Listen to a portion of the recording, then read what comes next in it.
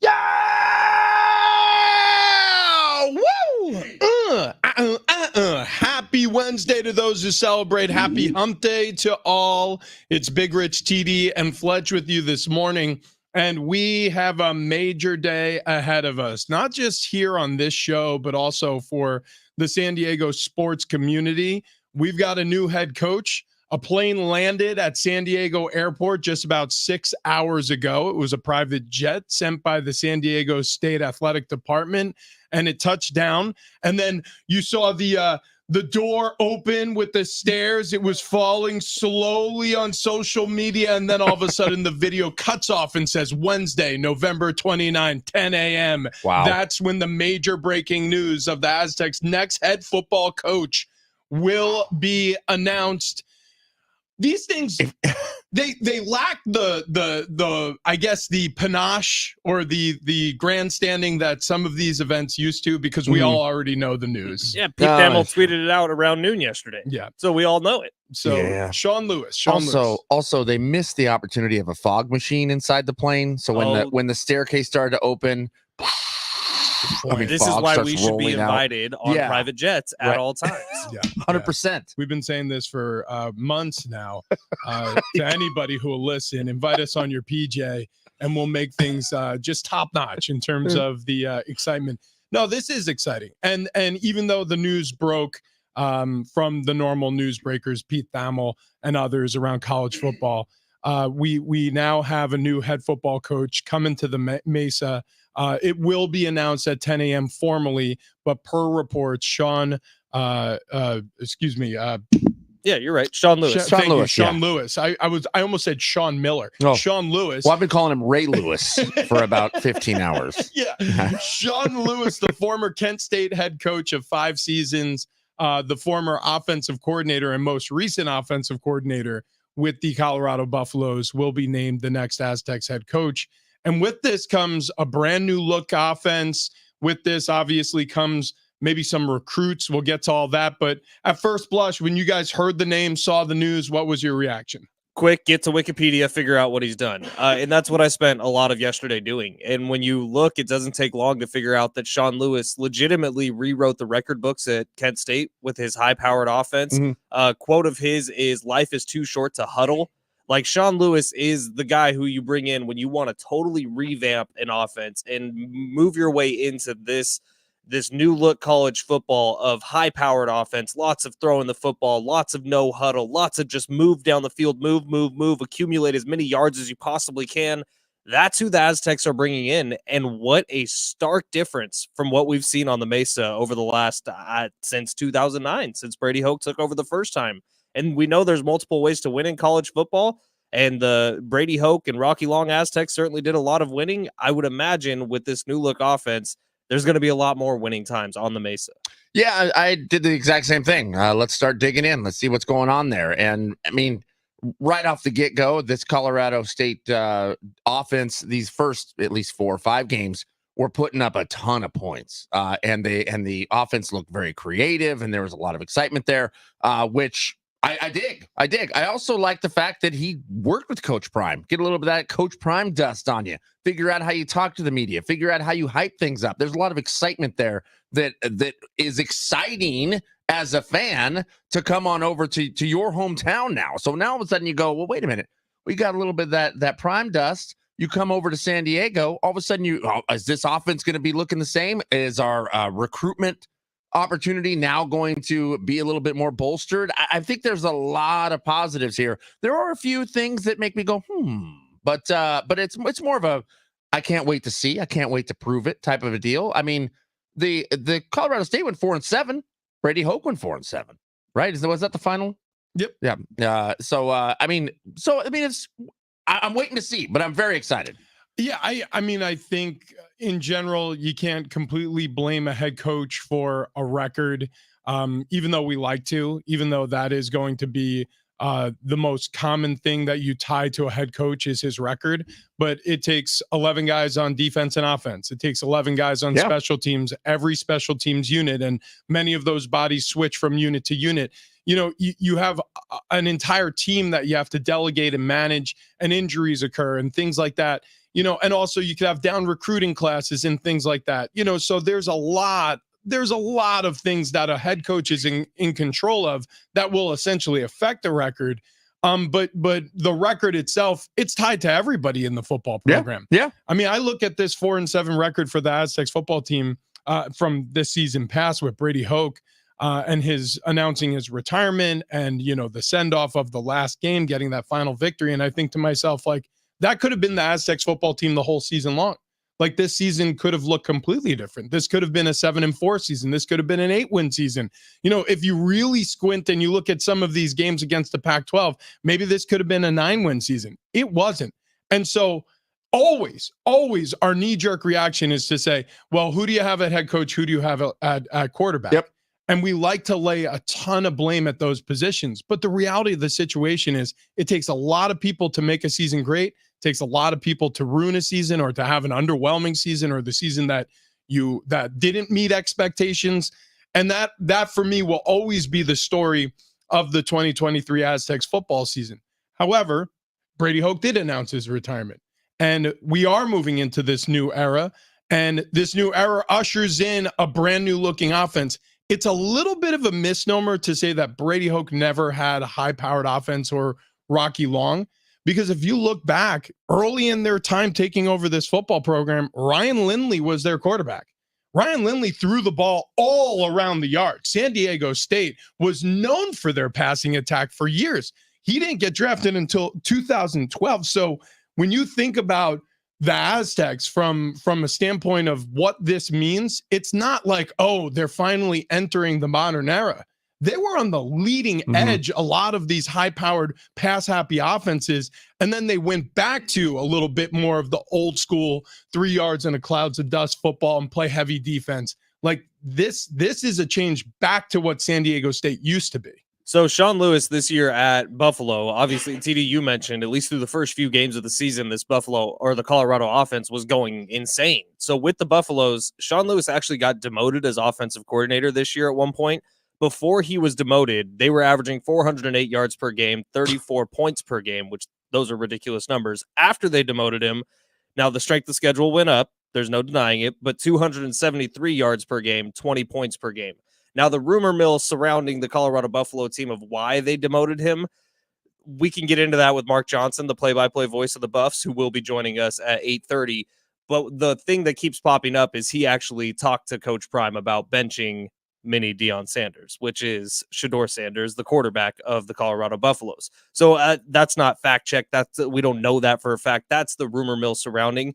But while he was offensive coordinator, they were averaging over 400 yards per game. After 273 yards a game. Right. It's insane. Also, I mean, as I was digging through everything yesterday, there was about 10 different rumors as to why he was demoted. Something tells me that the real reason why he was demoted is Coach Prime brought in his buddy to be the OC. I mean, it's just something as simple as that. It's a little bit mind-blowing to me, the different allegations that were thrown out there. And it's just people honestly making things up. At this point. Well, look, it's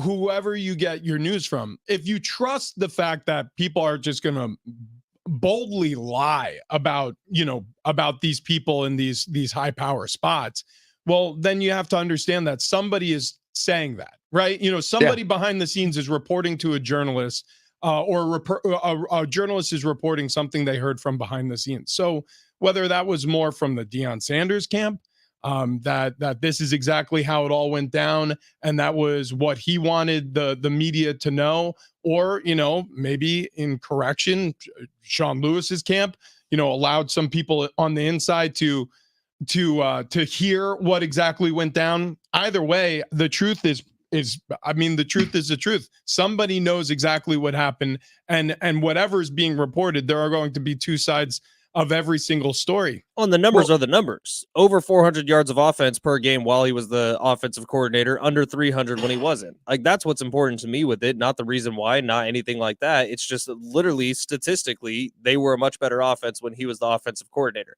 Now, Rich, you mentioned we'll see what this does in recruiting. We'll see what this does and all that. Well, if you notice and you follow on social media, there's already a handful of people who've decommitted from Colorado since Sean Lewis was announced, reported to be the next head coach of the Aztecs, including 2024 quarterback Danny O'Neill, who has announced that he is decommitted from Colorado. Now, that doesn't mean he's coming to San Diego State. The timing is curious. Well, yeah, I mean, and this is what happens with a lot of recruits is they're recruited by certain coaches in a program, and then they follow those coaches to the new program they're going to become the head coach at, because you could argue they'll have even more sway at the new place to keep them around the roster, right? This is how it works in college football. My experience playing college football, it's not very different now. When you have a recruiting coach, that recruiting coach is prideful over the fact that you're one of his players, because guess what? That coach is now tied to that player. So if that player comes to campus and has an impact on the football team, well, that coach is now considered a better recruiter because you were able to get better talent to the campus. Yeah. And so it ups your ante in terms of your importance to the program. And then it word spreads like, oh, that's the guy who got that quarterback. Oh, that's the guy who got that receiver. Oh, that's the guy who got that offensive tackle. And all of them ended up in the league. Like that stuff becomes attached to you as a head coach who you recruit. So many times what happens with these recruits is if one coach is at one university and then he moves from whatever it is, Penn State to Ohio State, even though they're in conference rivals, or, in this case, Colorado to San Diego State, where they're not natural rivals. They don't even play in the same conference, but there's a promotion involved where now Sean Lewis is the head coach, presumably, of the San Diego State Aztecs. You're even in better standing with the next football program. So he will bring some recruits with him inevitably. That's how all of this works. Yeah, and when you talk about Fletch, when you're bringing up the numbers don't lie. This is very true. And just look at his track record of Kent State. I mean, he brought him to 2 bowl games. He brought him to a championship, completely changed the outlook of Kent State. Goes over to Colorado State and takes a demotion to work with Coach Prime. I mean, he goes from head coach to offensive coordinator. Now, I mean, he had a 3-year deal. In 1 year's time, he's back at head coach at, to me, I mean, one of the best schools on the planet over here. So his second year at Kent State, 5-win improvement to 7-6. That was tied for 8th best at the time in the FBS. He also, in that second year, rewrote the record books at Kent State. Most passing yards, most rushing yards, most snaps, most pass attempts, pretty much everything on the offensive side of the football. Set new records in that second year at Kent State with him calling the plays. Obviously, they called it the crap. What was it? It was the flash pass, something like that, because they're the lightning flasher. It was no. They're the Kent State Flashes. That's what it is. So he called it the Flash Fast Offense. That's what it is. Yeah. Found a misinformation. Cheer. No, you're okay. You're okay. Dude, I was drinking from a fire hose yesterday, like we all were. Yeah, everybody's learning, and trust me, Sean Lewis isn't going to care what you call his offense. Hopefully what you call it is good by the end of the 2024 season. And to give you a little insight, I had a look at some of the early Colorado Buffalo games, and this is going to be what it looks like. You're going to have a lot more wide receivers on this roster than you're used to seeing out there, because they need a lot of bodies. They're going to spread the field out from sideline to sideline. They're going to use wide spacing to create as many one-on-one matchups, whether it be against zone or man, for their receivers. They want athletes in space. They want a quarterback who's capable of throwing the ball a ton. They're going to run the football, but it's going to be predicated off of a box count. There's going to be a lot of RPO stuff. They're not afraid to have their quarterback run.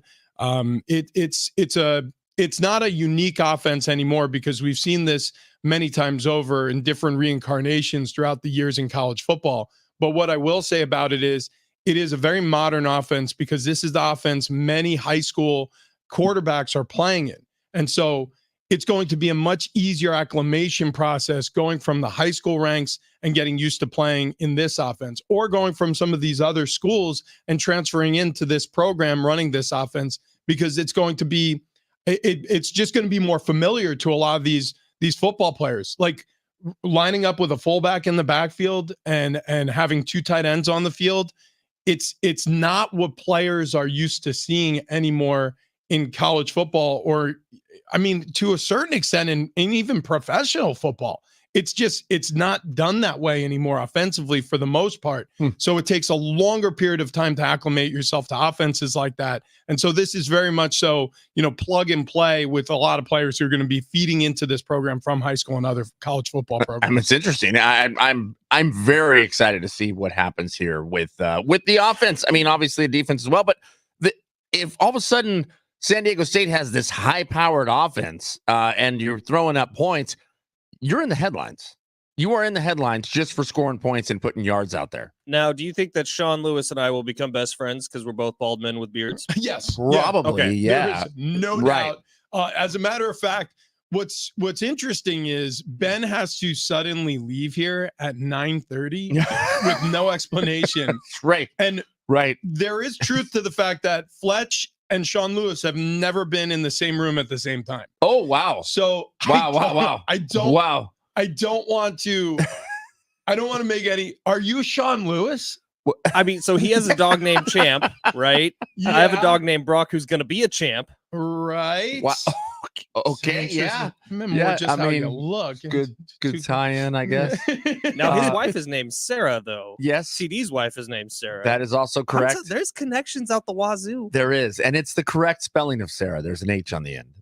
Not that I looked it up. As opposed to no H.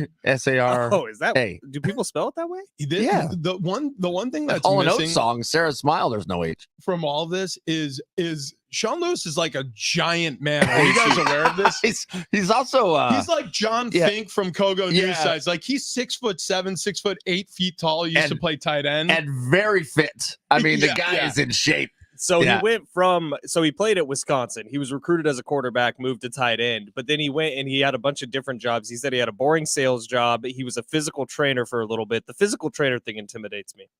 Yeah. He's going to be in really good shape. Yeah. It intimidates you because you want to fight him? No, I don't want to fight him. I just I could beat him in basketball. Yeah.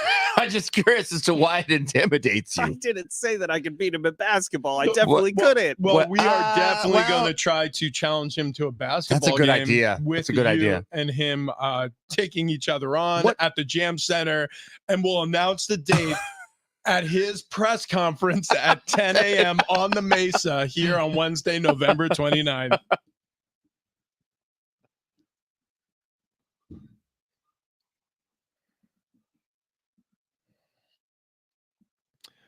Okay, so we've been talking about it. Just before midnight last night, a plane landed at San Diego Airport, and that plane, we assume, flew in the next San Diego State Aztecs head football coach. San Diego State has called for a major news conference regarding the football program today at 10 a.m. We are going to preempt Colin Cowherd's show, so we're here from now all the way through until that press conference begins, whenever it begins, and we'll carry that entire press conference announcing San Diego State's head coach, who apparently, per reports, is going to be the former Colorado Buffaloes offensive coordinator, Sean Lewis.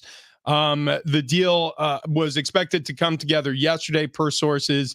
And then, of course, that private plane landed at the airport in the waning hours of the day yesterday. So we will see. Maybe there's a surprise. Like, who knows? Oh, yeah. Maybe somebody else jumps out in front of them. Like, you thought it was Sean. It's me. That'd be great. Who could it be? Who Mark could surprise Cuban. me? Carrot Top. Ooh, yeah. Bill Bell, Josh McDaniels. Can you? Oh, God, no. Wait, who else? Who got fired? Frank Reich. Frank Reich. Maybe it's Frank Reich. Dude, he has San That'd Diego be cool. ties. That'd be cool. What if Ron Rivera steps out? Or Ken Dorsey shows up?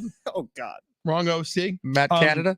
So also staying in college football for a moment, how about this? Florida State has moved back into the top of the college football playoff rankings at number 4. Ohio State dropped down to number 6 after the loss to Michigan. Michigan moved up one spot to number 2. Washington is ranked number 3. Georgia's number 1. So it goes Georgia, Michigan, Washington, Florida State is the college football playoff. Correct me if I'm wrong, but it's kind of stunned me. Florida State's quarterback snapped his leg in half. Correct. Like a week and a half ago. It's just a wheel now.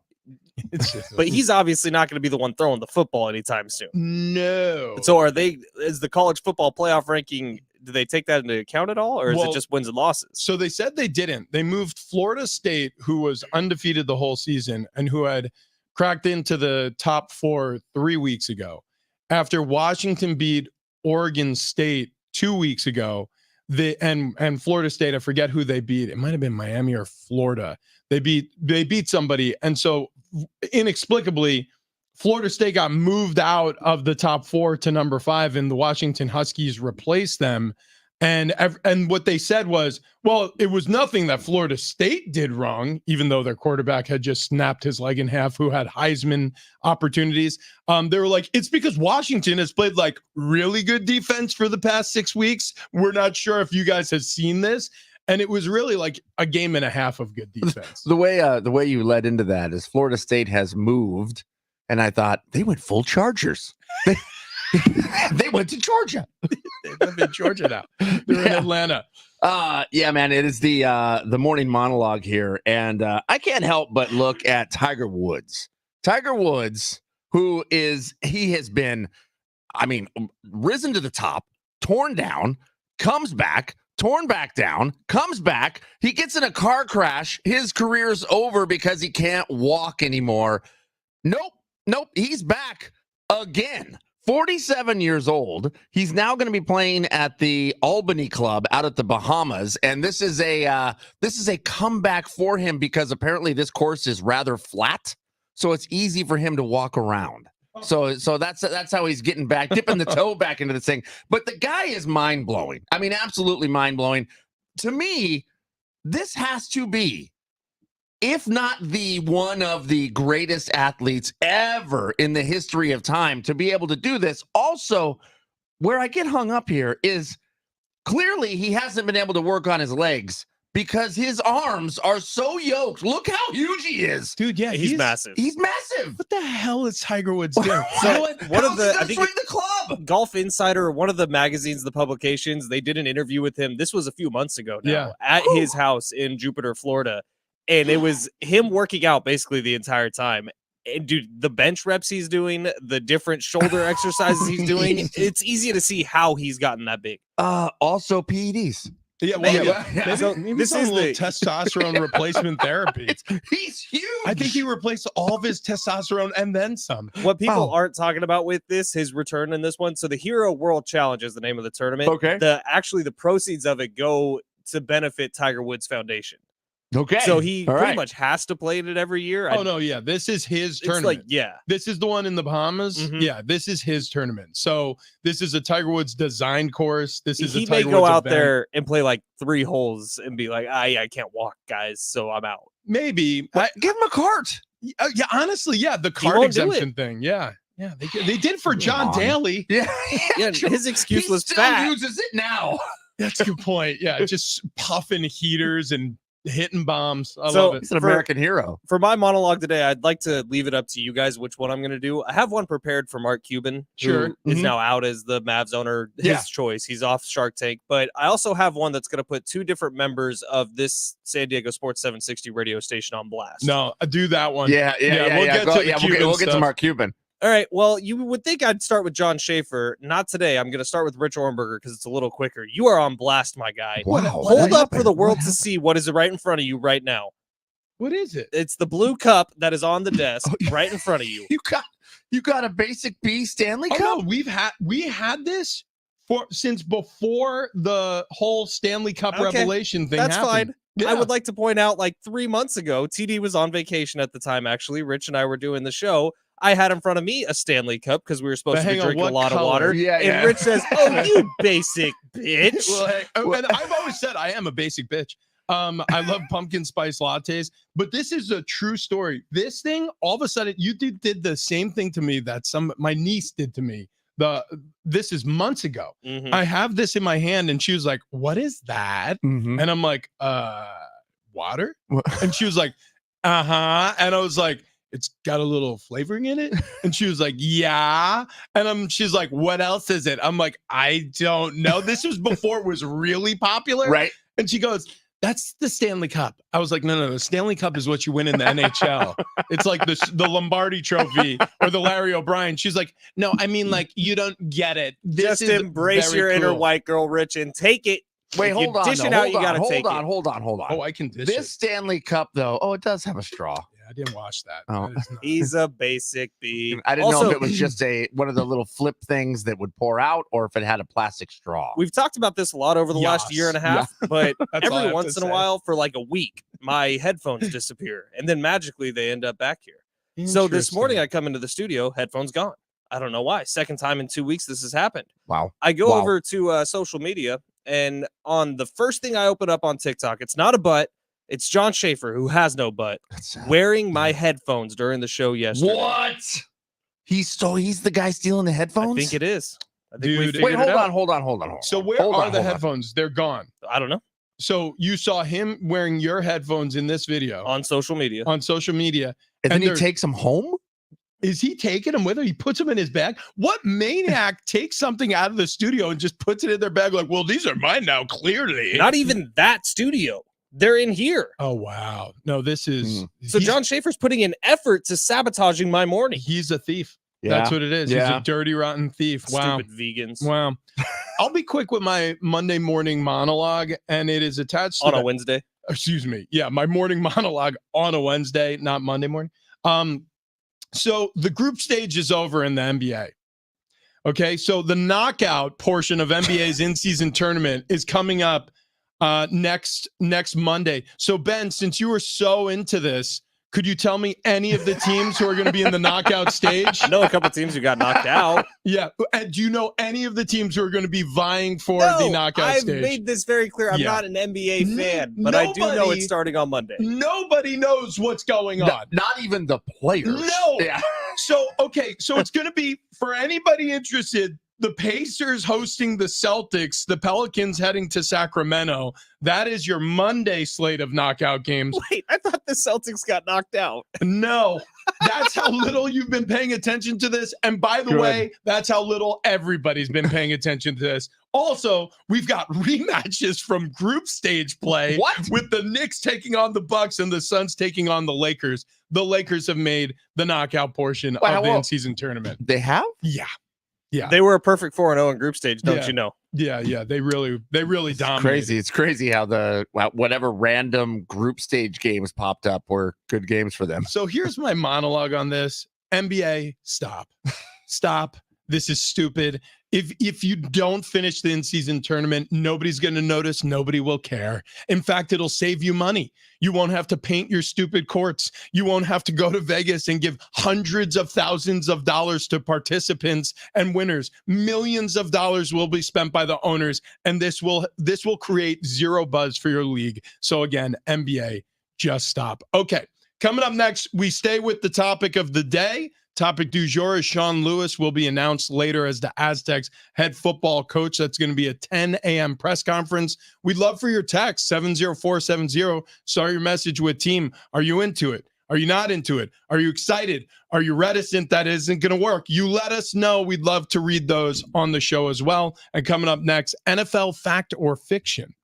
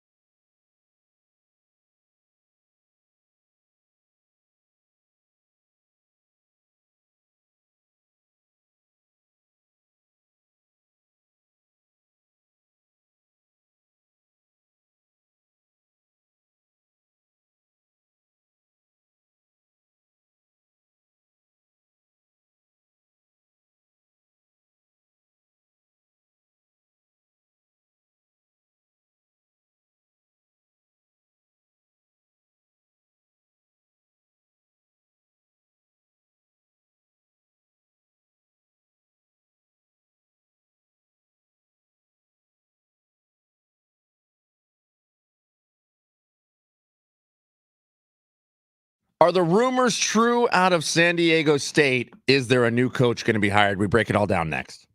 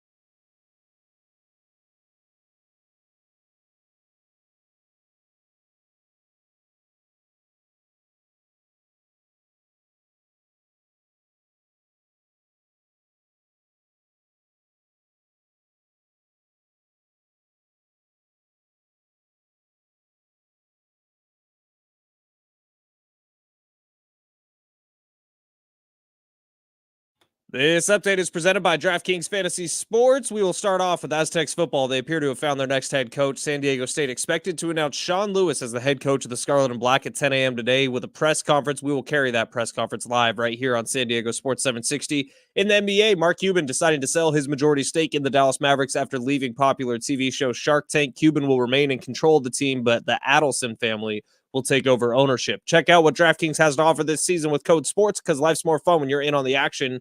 DraftKings, the crown is yours. Gambling problem? Call 1-800-GAMBLER. Age and eligibility restrictions do apply. Void where prohibited. See DraftKings.com for details. It's Big Rich, TD, and Fletch, San Diego Sports 760. We do have another pair of those. Excuse me, not a pair. Two pair. A 4-pack. A family 4-pack of tickets to go to San Diego Christmas celebration. Seaworld San Diego Christmas celebration. I can't talk. It's 6:30. I'm hyped. I'm ready to rock and roll over this possible coach of Sean Lewis coming over to San Diego State. So, but yeah, family 4-pack of tickets. Just keep listening and you can enjoy the wonders of the sea where they meet the joy of Christmas at SeaWorld San Diego Christmas celebration. What are you saying? What are you saying in his ear, not my ear? You nailed it. Yeah. You nailed it. That was really good. And you look so hot today. I hate you guys. I hate you. This announcement, Sean Lewis coming to San Diego State as the next head coach, it brings with it, I think, a lot of optimism. But I definitely think there are a lot of people who sort of feel a bit hand shy, a little bit like, oof, we've been down this path before. We've felt pretty excited about a lot of the recent announcements about the Aztecs football team. And what have the yields been? Well, I will say this, I think we have too short of a term memory in a lot of ways in our culture and our society now, and especially in our sports culture, because news happens really fast. Things change. The landscape, especially in college football, is changing extremely fast.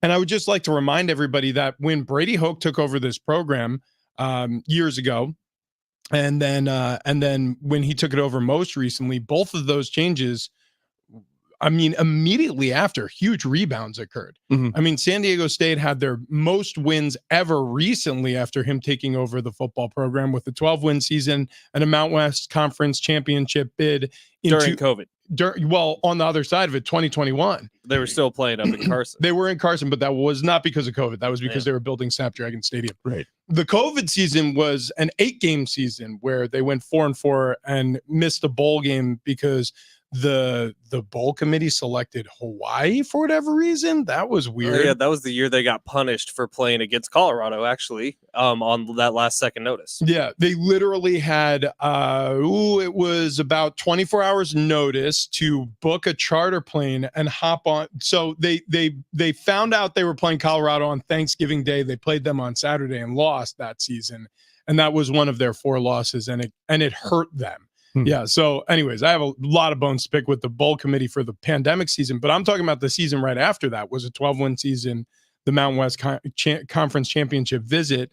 And, Brady Hoke brought a lot to this program. And I think recency bias leads everybody to take out their pitchforks and their torches and say, hey, we got to drive this guy out of town because he's no good. It's like, okay, yeah, that may be true this season, that the Aztecs had a 4-win season, and last year was a 7-win season, and that's unacceptable for a lot of sports fans, and I get it.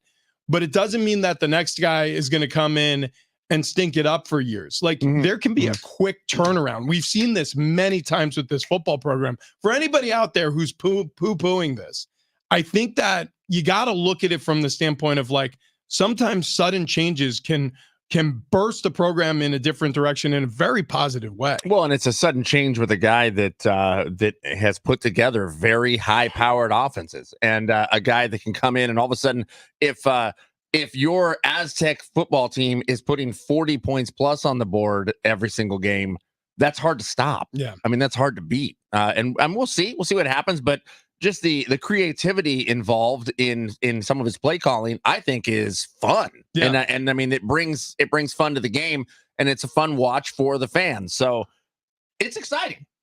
Yeah, that's the way I look at it. I mean, I definitely feel enthusiastic that that this is going to be one of those changes for the better in the program, but not everybody's on board. So 619 texted in.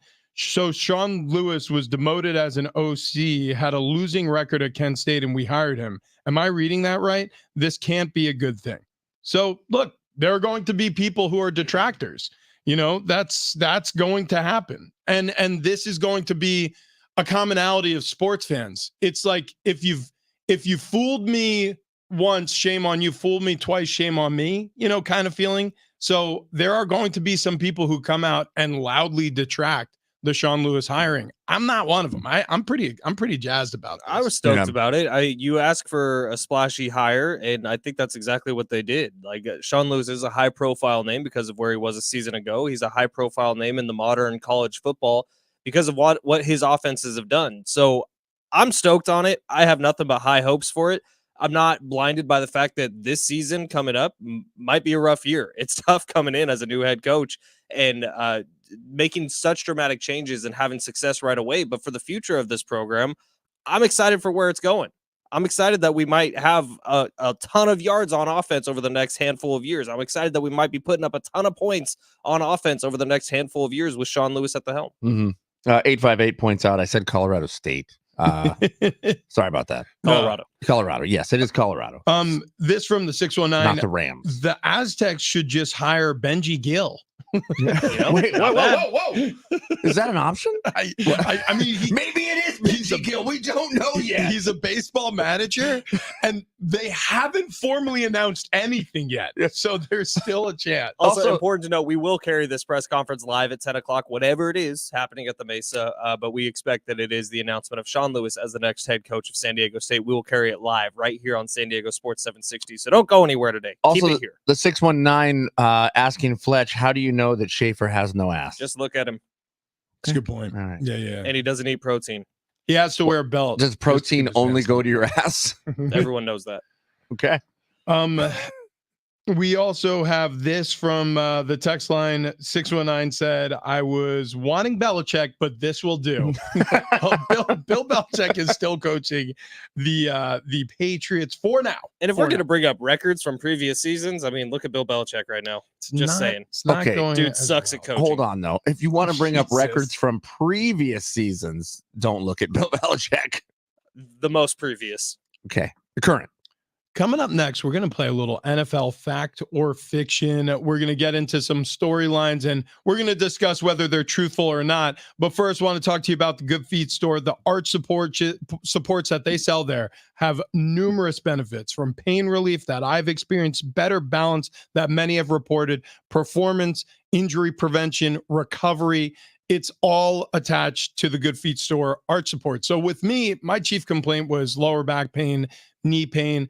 The hip pain was coming on, my ankles and my feet, left over from a long playing career of football at the college level, at the NFL level. I was kind of a mess. And I was starting to think like, geez, I may need to get under the knife again and get some surgery to fix some of these things. So I needed a different answer. And I went to the Good Feet store and they gave me the free fitting and the test walk. They let me try before I buy. I walked out of there with these arch supports that are precision fit to my personal needs, lifestyle, and my footwear, and I feel like a changed man. I noticed the changes within the first week, and the more you wear these arch supports, the better you feel. So if you're like me and you're struggling with any of these things, you can get to the Good Feet store. 30 plus years of experience, 200 plus locations in the US and overseas. Head to goodfeet.com for more information.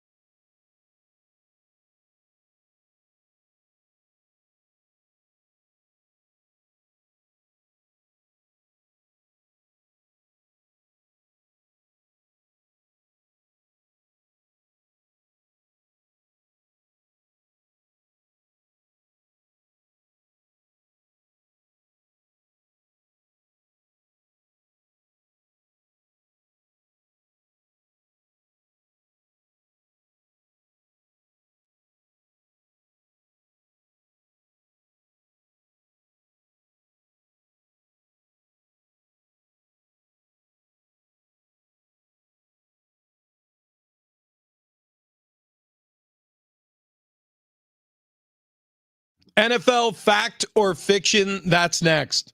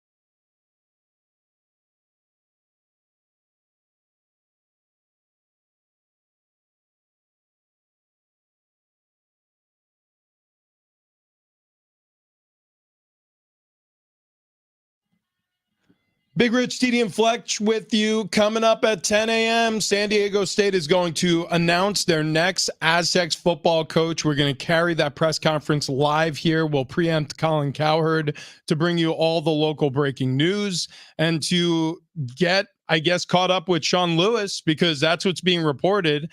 We don't know for sure yet. Again, it could be a surprise Benji Gill at the last second. Could be. As one of our texters suggested. So 70470, start your message with team. If this is the first you're hearing of it, it has been sourced from many of the college football newsbreakers that it's going to be Sean Lewis, the former offensive coordinator with the Colorado Buffaloes, announced as the next Aztecs head coach. Your reaction, we would love to hear it on the text line. Also, we got a little NFL fact or fiction we got to get to. We'll do some quick hitters here. We'll get it started with the Chiefs. Will Eric Hosmer be an all-star this season? Fiction. Okay. The Chiefs, are they the best team in the AFC? I'd say fact. Okay. And I don't think it's necessarily close. Like, the Dolphins are a lot of fun, and if you watch the in-season Hard Knocks, you'll see why they're a lot of fun, and maybe your answer will change. But I would have the Chiefs there. I don't trust the Ravens enough. I definitely don't trust the Dolphins enough. Yeah, do they have the best offense in the AFC? I would say no. Do they have the best defense in the AFC? I would say no. Do they have the best team in the AFC? Yes. They are the team I would trust most to win any game, no matter when they're playing. I would put my money on the Chiefs. That's fact to me. Okay, I agree with everything both of you said. Chiefs, they are the best team in the AFC. Fact, I just don't trust the Ravens. I put them on fraud alert a couple of weeks ago. I think at some point this is going to fall apart. All right, the Philadelphia Eagles, fact or fiction? They're the best team in the NFC. Fiction! But why do you Fiction. feel that way? Yeah, I agree with you. I don't think they are either. I think their record is a little more inflated than it should be. I do not think the Eagles are playing the quality of football they were playing last season. And if you're looking at the NFC, I don't know how you look past the 49ers and go, this is not the most complete team probably in the NFL. I mean, they just look scary on both sides of the ball, even though the Eagles have a better record. How about this? I agree again with both of you. I think that the Niners are the best team in the NFC. So this is absolute fiction. It's so weird. I didn't even say that. Yeah. Yeah. Well, we knew. We knew. Why'd you get all how Valley felt. Girl on that? So weird. It's so weird. Fact or fiction? Mike McDaniels will steal yo girl. That dude's got swag. Yeah. You should watch the first episode of Hard Knocks. Just see the way he talks. That guy's got swag. He so does much have swag. It's funny. Liev Schreiber, the guy who does the voice, he's been at a Ray Donovan. He will steal your girl. No, when he comes, he's like, he's the only coach in the NFL that wears those pants. Yeah, there was. He does wear capri pants. Yeah, well, he like pulls them up. They're like sweats that he pulls up just below his knee. Yeah, and he wears Capri Keds. pants. Yeah. Mike McDaniel doesn't look like an NFL he's head coach. wearing- He doesn't talk like one either. He's wearing off-white sneakers. They're like $3,000 for those shoes. He's a maniac. Yeah. So yes, Yeah, fact. yes. Mike McDaniels will steal your girl. That is fact. Okay. The Texans will be a playoff team. Fact or fiction? Ooh. CD? I think they will. I think they're going to sneak in here, which is crazy. I mean, it's crazy. I But got I think fact, and I'll take it one step further. If they avoid the Chiefs in the first round of the playoffs, they will be an AFC championship team. Wow. That is way out on the limb, but I Yeah. love it. I'm going to say fact. They will be a playoff team as well. Final one here. Fact or fiction? Belichick will be the Patriots head coach next season. Faction. Wait, What? What?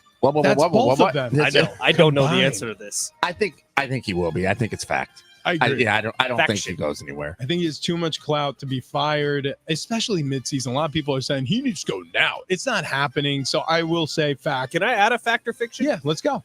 Fact or fiction? TD looks damn hot. Wow. Facts. Mhm. Hashtag facts. And you know what? How about this? How about it's the holiday season.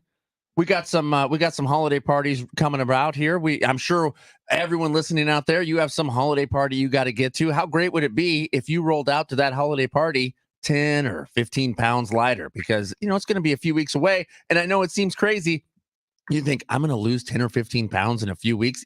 Yeah.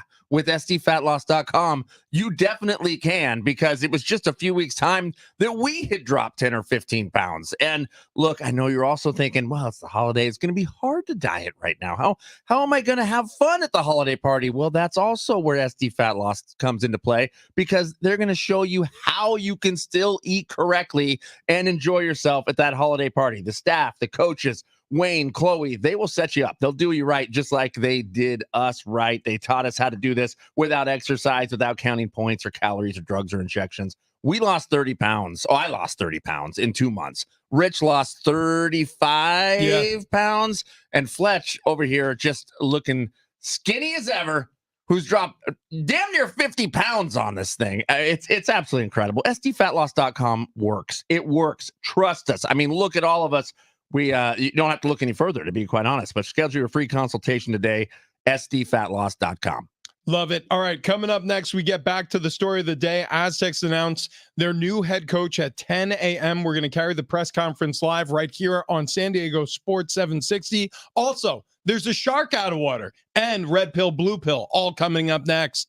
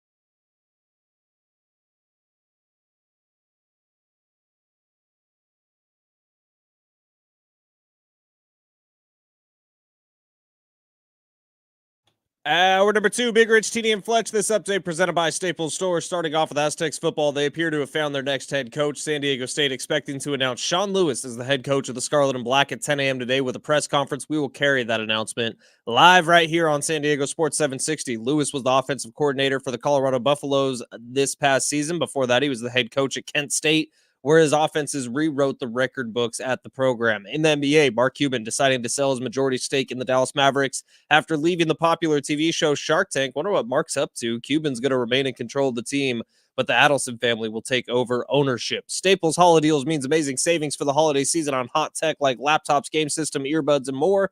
Right now, save up to $350 on select PCs. In-store only. Offer ends 12/23. See an associate for details. Have yourself a merry little holiday deal at Staples.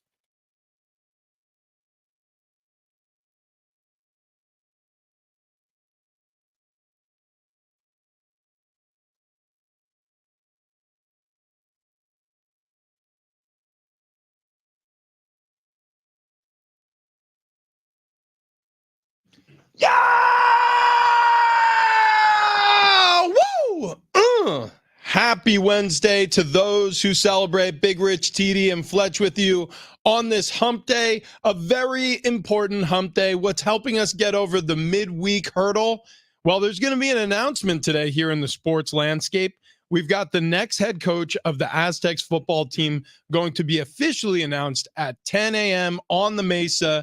The San Diego State Athletic Department called for a major news conference to be held at that time. We're going to be carrying it live here on San Diego Sports 760. Looking forward to all of that. Right now, per reports, it appears that the former offensive coordinator from the Colorado Buffaloes, Sean Lewis, is going to be the next head coach of the Aztecs. And the response so far has been mixed, at least on our text line, on Twitter as well. I think there were a lot of people nationally who looked at this as a very positive hiring for the Aztecs football program, but there are some detractors. There are some people who are nervous about what this means for the future of the football program. But look, it's been well documented over the past 12 or so hours what this man has meant to a couple of different football programs now. Kent State with the Golden Flashes, having the success he did there for 5 seasons as a head coach, bringing a fast-paced offense to the Colorado Buffaloes team when Coach Prime took over there with the Buffs. And it brings us here to current day where he's going to be the next Aztecs head coach. But there are certain people who are bringing up his record. And there are certain people who are bringing up the fact that, this change, is it right for the football program? Mm-hmm. Look, I think there's a lot of things in life that when you go back to the old way and you look at the old way it was done, you say, yeah, like that makes a lot of sense. But then there are certain things in your life like, no, the modern way is better. Like back in the day, they used to take wagon trains to get out west. Now we take a 5-hour flight. We don't even think about it. You could be in New York by the late afternoon today. Like that used to be a month's long journey. That would take you a year in certain cases. Like it's better now. Like modernizing the Aztecs football program feels like the right decision. I'm excited about it, man. Like we've been covering this team. Rich, you've been on the broadcast for how many years? Is this year 7 that you just completed? Just finished. And so I think I've been on it for 6 because when I got here, it was your second year. So San Diego State has been one thing for a long time. And it's not that it's going to be completely changed and all the culture out the window and everything, but it's going to be an offense-led program. And that's something I think it's time to be excited about. So with all credit to Brady Hoke and Rocky Long, I think they're both great men, great coaches. The offensive side of the football has been a struggle over the last handful of years. Not the entire time they were here, but the last handful of years. The offense should be the first thing that gets a revamp here. So San Diego State is doing that with this hire, and I can't think of one negative thing about that in my eyes. Yeah, well, we talked about it yesterday. What would we like to see? Would you rather see a offensive-minded coach, a defensive-minded coach? And I know there was mixed reactions, but I think ultimately when it's announced that, here's an offensive-minded guy that could come in, and he was on a team that was scoring 40+ points a game, that was 400 yards plus of offense, and you go, okay, yeah, that's exciting. Yeah, I'm in. I want to see that at San Diego. Bring it on. And I think we also all three agreed that offense, defense, whatever, in the end, bringing in a great recruiter is the most important thing. And even if Sean Lewis himself wasn't in charge of all the recruiting at Colorado, he was part of a program that did some damn good recruiting.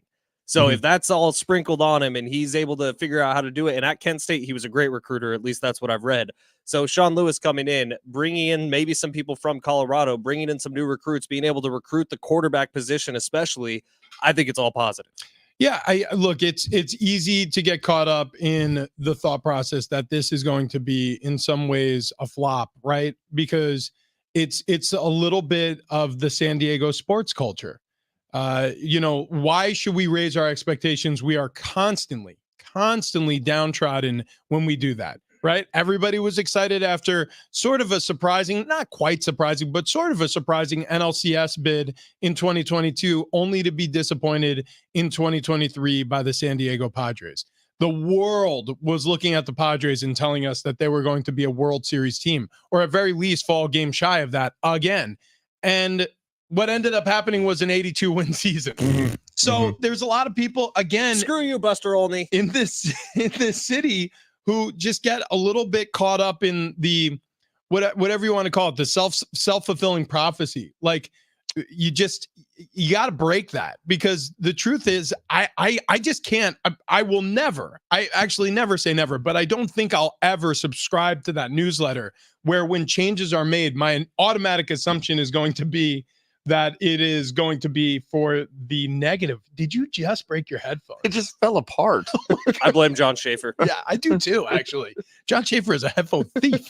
He currently is in possession of Ben Fletcher's headphones. Yeah, he's struggling. Yeah, I don't know. Can It you hear works. It works, but there's pieces missing. I don't think understand. TD rode the struggle bus to work today. It's been a tough day. It's been a Very morning. tough He's day. been saying since Monday about how he just doesn't feel great. Are you doing okay, pal? I'm just Something a little going on at sad, home? A little sad, a little empty inside. It's Wednesday, so we can't do therapy Thursday. Still But trying to catch up from the massive Thanksgiving 4 days off that we entertained for 4 days. Yeah. The thing. Yeah, like you left work to go on vacation, and it was more work than work. 1,000,000%. Yeah, I was like, I wish I could just go to work this morning.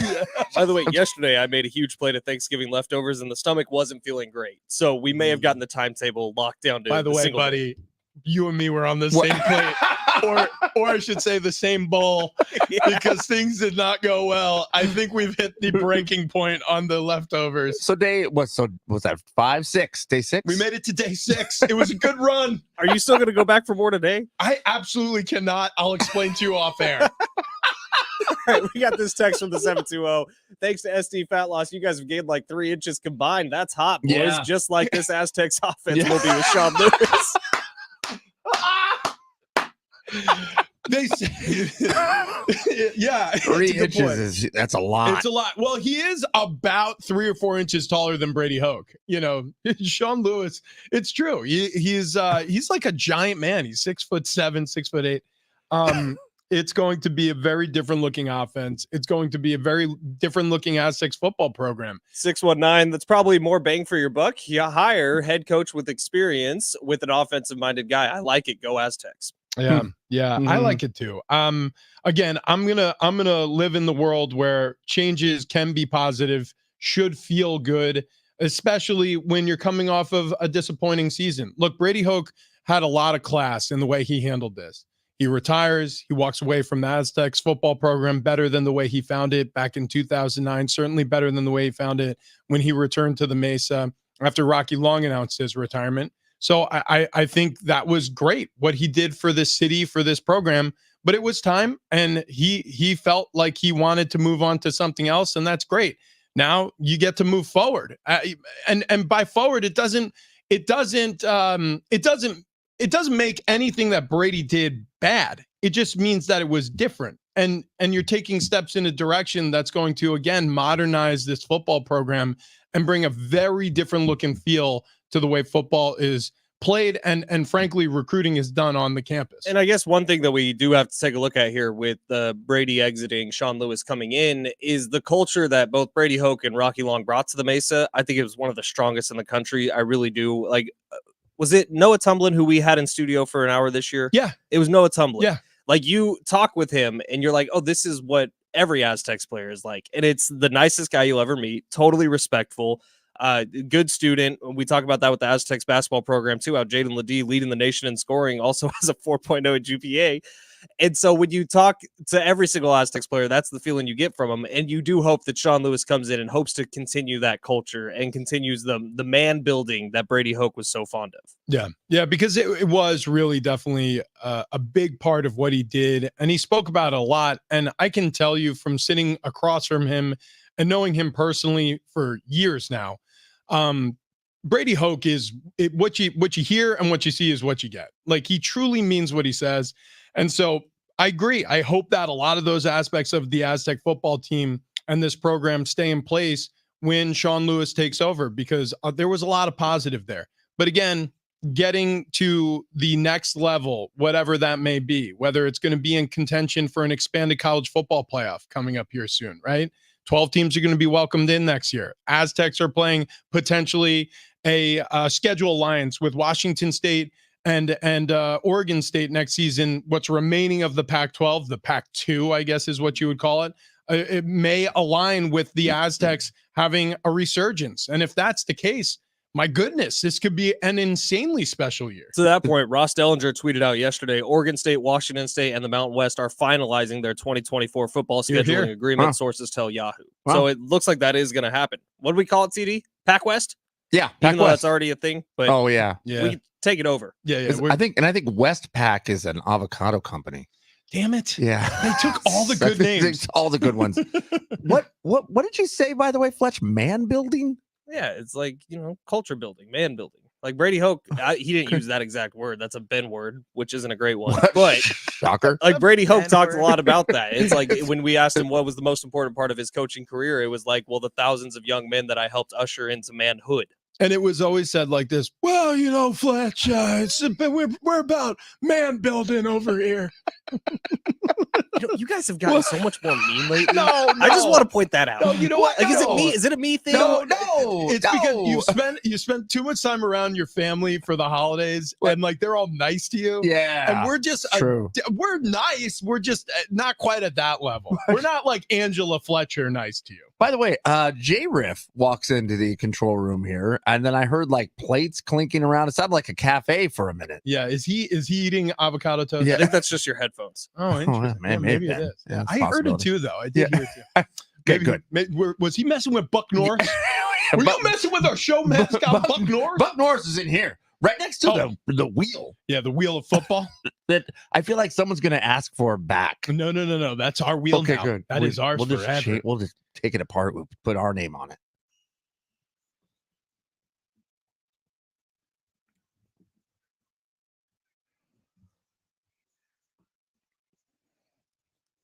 Well, we've been talking about it here all morning long, but yeah, San Diego State going to be holding a major news conference today, 10 a.m. We will carry that live. They're expected to announce Sean Lewis, the former OC at Colorado under Deion Sanders, as the new head coach of the Aztecs. In the NFL, Broncos safety Kareem Jackson said he's going to be flying out to New York to meet with NFL Commissioner Roger Goodell. Roger, run. He's going to hit you. That's what I'm saying.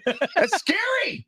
He just wants some more clarity about the latest suspension and the way the league enforces these rules. Right. Yeah. Dude, it's the easiest meeting ever for Roger Goodell. Literally just put on the TV what Kareem Jackson has done this year. Yeah. Dude, just turn on the film and be like, can't do that, can't do that, can't do that, and that. And that's the reason why you're missing 5 games this season, you jerk. Unpaid. Yeah. Tyreek Hill says this year's Dolphins are better than the 2019-2020 Chiefs that he helped win a Super Bowl. And Tyreek Hill also said Tua Tagovailoa is a more accurate passer than Patrick Mahomes. He did say that. Yeah, that was. And he reset it on Hard Knocks. Gosh. Wow. Okay. All right. Well, listen, you know what? I've always said this. You take your boys back. It doesn't matter if he's right or wrong. Your buddy, he gets in a scrap, you got to have his back. Your brother, gets his bike stolen. Doesn't matter how many guys are standing around that bike. You throw yourself into the fray. Like he has his buddy's back. Yeah. He's no Sam Darnold. But while you have your buddy's back, do you have to also throw your old buddy under the bus? Well, you don't like them anymore. Yeah. He's the enemy. That's right. Yeah, That's right. In the NBA, the inaugural in-season tournament has reached the knockout rounds, which is pretty spectacular. After all 30 teams were split into 6 groups, played 4 group stage games across the past month. 8 now qualify for the quarterfinals, and we don't know what that So you means. guys have been giving me a lot of crap about this one because I defended the NBA in-season tournament. You did. I'm gonna on Monday night. That's when the next round starts, right?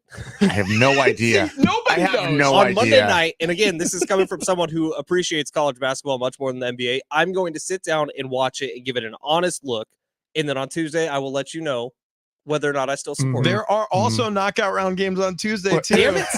So you got a 2-dayer ahead of you. I really don't like the NBA.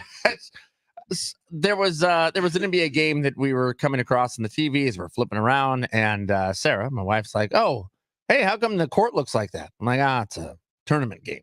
"Oh, what's the tournament?" "I don't know." And then the crazy thing is, even when you try to explain it to sports fans who don't watch the NBA, I watch a decent amount of NBA. I like the NBA still. I know a lot of people don't.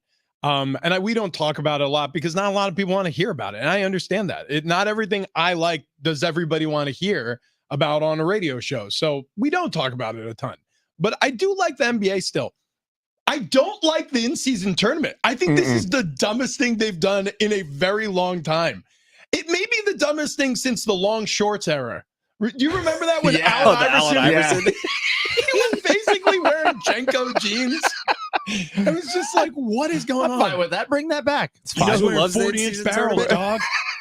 You guys know who loves the in-season tournament? Who? Soccer fans. Yeah, maybe. They do? Maybe that's what they're trying to do. They're trying to gather up the soccer fans. The format is like identical to the World Cup. Is it? Oh, yes, that's exactly right. Because they have the group stage, the knockout stage, and then the final rounds. They need Taylor Swift to date an NBA player, and they'd get a lot more people involved. Yeah. Yeah, maybe that's it. That's- Maybe you know what? That's.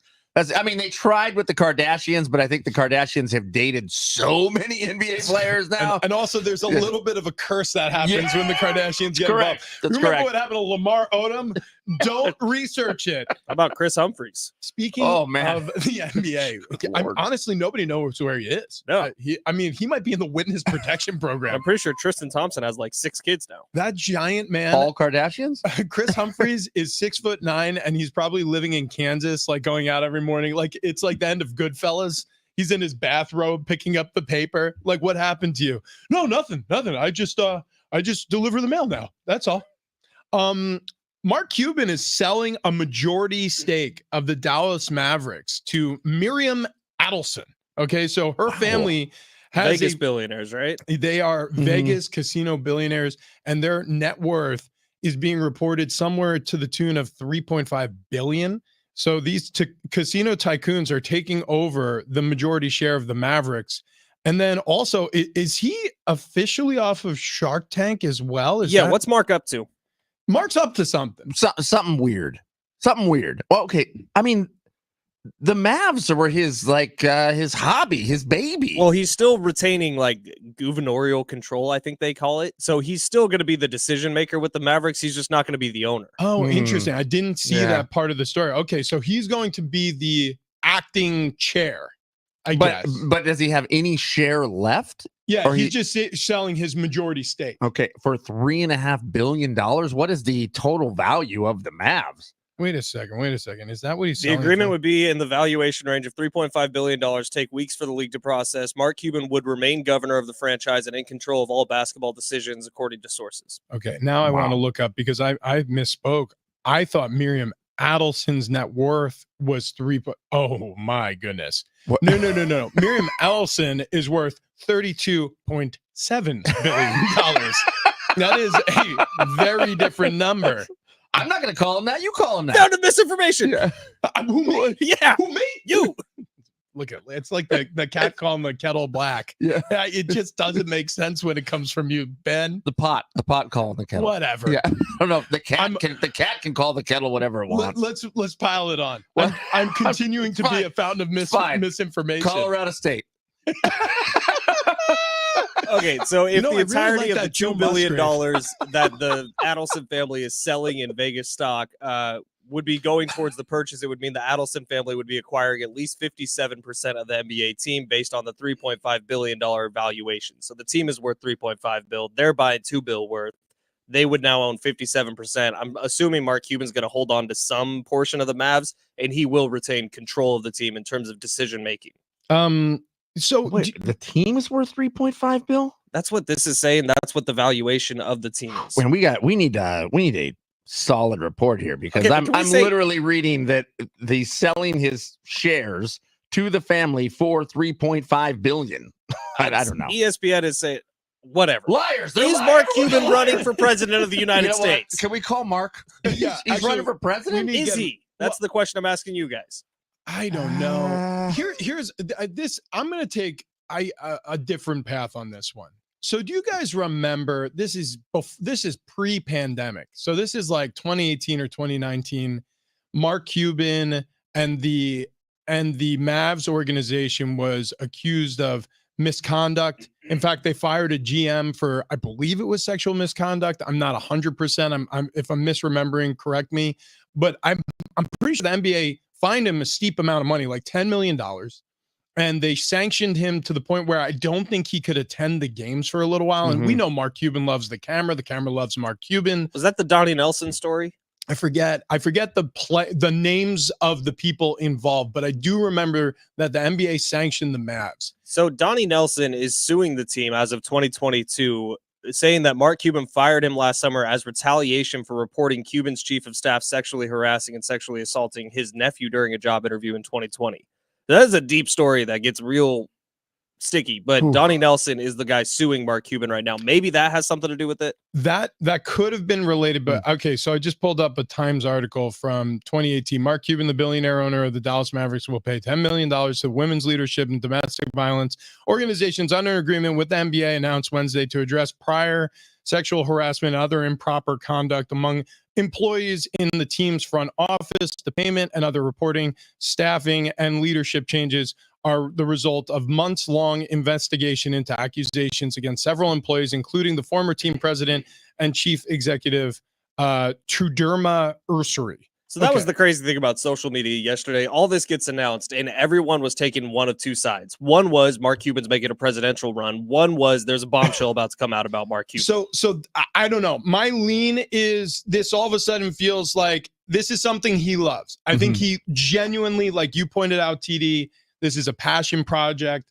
He loves basketball. This is something, this is like a toy. Right, He just enjoys being a part of the culture, and he wants to be a part. But he realizes that his involvement may be toxic because he was the owner and the face of this franchise during some dark times here, and they're still resurfacing. And so as a result, maybe he's going to step away. Yeah. And Shark Tank, apparently he has one more season left, and that may already be in the can. I mean, it may already be recorded. We don't know. Interesting stuff. Okay, we continue on here on a Wednesday. It's a very special Wednesday. They're going to be announcing over at San Diego State University the brand new head football coach. Reports have confirmed that it is going to be Sean Lewis, who I continue to want to call Sean Miller. I got to get that out of my head because that's he's a basketball coach. 100%. He's a basketball coach. He's not a football coach. But Sean Lewis is the former offensive coordinator with the Colorado Buffaloes. Before that, the Kent State head coach. So that will be announced later today. We're going to carry that live right here on San Diego Sports 760. But before we continue on in that vein, I want to talk to you guys about Toyota. Toyota has been good to my family. All right. So I went over to San Diego County Toyota, one of the many San Diego County Toyota dealers here in San Diego, and picked up a 4Runner. And this is years ago now because the car I was driving kept breaking down, needed a reliable car. And I kept hearing from everybody, you got to get a Toyota. Like they run forever. You got to get a Toyota, the resale value. You got to get a Toyota. You should see their new line of XYZ. I'm like, okay. I'll go check out Toyota. And you know what? They weren't lying. I went to the lot. I talked to the people. First of all, the sales staff was insanely generous with their time. We walked around the lot for a long time, and then they just left me alone. They said, okay, here, you got all the information. We'll be in the office if you need us. And I got to talk to my wife about it on the phone. She couldn't be there that day. I spent some time test driving a 4Runner, and that's what I ended up driving away with. It was a no-pressure buy, and that's what I loved about the experience at San Diego County Toyota dealers in general. I've been to many of the lots for maintenance on the car, and it's been a great experience. Also, if you're interested in their all-new Beyond Zero lineup, that support a greener planet with a wide range of electrified vehicles, they have those too. This includes hybrids, plug-in hybrids, fully electric vehicles, makes it easy for you to find the one that suits your lifestyle. So if you're looking for a great deal on a new Toyota, make sure to visit Toyota.com. There you can check out the full lineup of the latest offers, compare models, search inventory. Finding the Toyota that is just right for you starts at Toyota.com. They make it easy.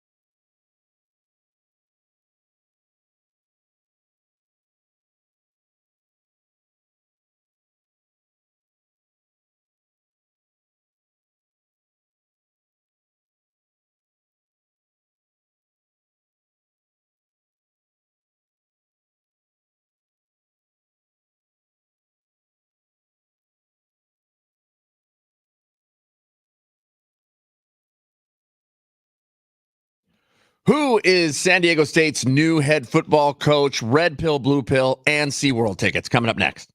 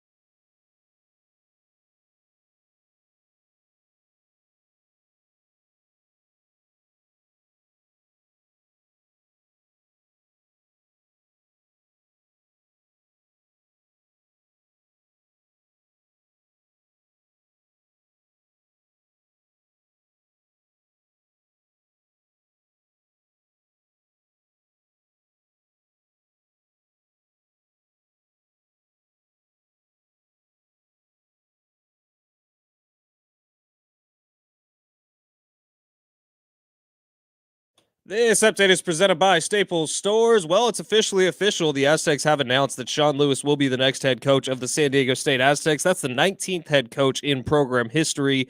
A statement from John David Wicker, the athletic director. I am thrilled to welcome Sean Lewis and his family to San Diego State University. He is a coach with immense talent, and I'm looking forward to the excitement that his teams are going to generate at Snapdragon Stadium. His approach emphasizing academic and life skills opportunities are equally important and will complement the student-athlete experience. So it's officially official. Sean Lewis, the next head coach of the Aztecs. In the NBA, Mark Cuban has decided to sell his majority stake in the Dallas Mavericks after leaving popular TV show Shark Tank. Cuban will retain control of the team, but the Adelson family will take over ownership. Staples Holiday Deals means amazing savings for the holiday season on hot tech like laptops, game systems, earbuds, and more. Right now, save up to $350 on select PCs. In-store only offer ends 12/23. See an associate for details. Have yourself a merry little holiday deal at Staples. Big Rich, TD, and Fletch, San Diego Sports 760. Let's see if we can do this right this time. Go ahead and roll tape on this one, Ben Fletcher. Check this out, Yeah, Fletch. because we got a family 4-pack of tickets to Seaworld San Diego's Christmas celebration, where the wonders of the sea meet the joy of Christmas at Seaworld San Diego Christmas celebration. From underwater discoveries to San Diego's largest Christmas tree, the Sky Tower, Tree of Lights. Experience thrilling rides to Mrs. Claus, Christmas parade, real reindeer, and photos with Santa. Taste heartwarming traditions and sing along to a stocking full of soul featuring America's Got Talent finalist Brian Cheatham. It's a holiday celebration filled with wondrous moments only at SeaWorld San Diego, happening now through January 7th. Thank you. Thank you. Thank you. Mark the tape, Fletcher. We're setting that for a, what is it called? Falcone Award? Yes. Oh, I That's better not what win. it is. I don't know what it is. Marconi. Marconi. Falcone's like the bad guy in Batman. Batman, yes, that's correct. But I'd like to have one of those. Was Falcone the one who called the hit on Wayne's parents? Gosh. Guys, officially official. What's happening? San Diego State announces Sean Lewis is their next head coach, the 19th in program history. You want the statement from JD? Let's hear it. Let's hear it. John David Wicker, who will be on the Darren Smith show a little later today, says, I am thrilled to welcome Sean Lewis and his family to San Diego State University. He is a coach with immense talent, and I'm looking forward to the excitement that his teams are going to generate at Snapdragon Stadium. His approach emphasizing academic and life skills opportunities are equally important and will complement the student-athlete experience. Wow. There you have it. So Welcome to the Mesa, Coach. Sean Lewis is now your head coach of the San Diego State Aztecs. So Aztec Nation, we'd love to hear from you. 70470, start your message with team if you want to text the show. Also, you can reach out to us on any of our social media, Big Rich TD Fletch on Instagram, on TikTok, on X or Twitter, whatever you want to call it.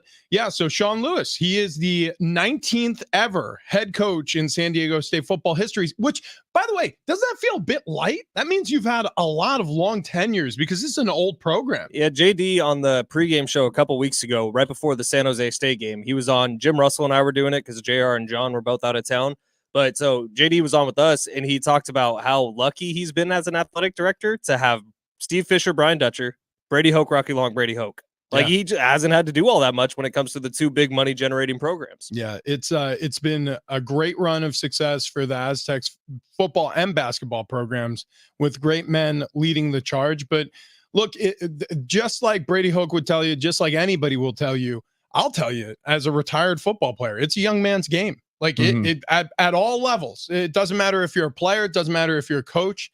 It's a lot to keep up with, and Sean Lewis, I think, really does match the intensity that this football program needs right now, and I'm really excited for that because things are changing in a hurry. And I having a guy, what is he, 37, I believe, somewhere in there, a younger man heading up this program who was born and raised in the social media age. Like, this is going to be a buoy for recruiting and for a lot of the things that are happening now that lure great players to a football program. He's 37. His head coaching career began when he was 32 at Kent State. So he was a young hire in the first place, obviously offensive coordinator a year ago. Rich, I've been meaning to ask you this for a while, but this feels like the appropriate time to ask you. How many hours would you say a typical head coach at college and NFL work per week? Oh my God. I mean, is it north of 80? Yeah. And what's interesting, Fletch, is you don't just work at work. you come home, and I remember I would have these conversations with Annie when I was still playing football. She was like, when are you going to stop? Like, because there would be times where I needed sleep, but I was so nervous about an upcoming opponent that I would be sitting there watching film on the couch and like falling asleep, like slumped over. And I mean, I'm a guy who had like back problems. And so that's not a good position to sleep in. I'm all like hunched over this iPad. And then she would like wake me up and I'd be like, all right, just 5 more minutes. And she'd be like, no, you need to go to bed. But you get into this mindset like somebody's outworking me somewhere. Somebody is going to make a fool of me because it's a performance-based industry and you only get 1 shot per week to get this right if I don't outwork them. And so I had this mentality where I've explained it to you before, Fletch. I don't know if you've ever heard this, TD. I used to like lock myself onto an elliptical or a treadmill or onto like a cardio. And I used to like picture my family in danger. And I wasn't allowed to get off like the cardio machine until I've effectively I would set up scenarios in my brain. It's psychotic what you'll do. So for a football coach, I mean, now that's just a player. That's a player. I just have to worry about me. Responsible for one position group and one position group on defense. The head coach is responsible for every single aspect. I don't know how they sleep. I asked Rocky Long the same questions that I would ask Brady Hoke at times during my time getting to know them, sitting across to them from the coaches show to game days. Like, how do you sleep? And I don't know, because I know that mentality and I know how you feel being responsible for the rest of your teammates.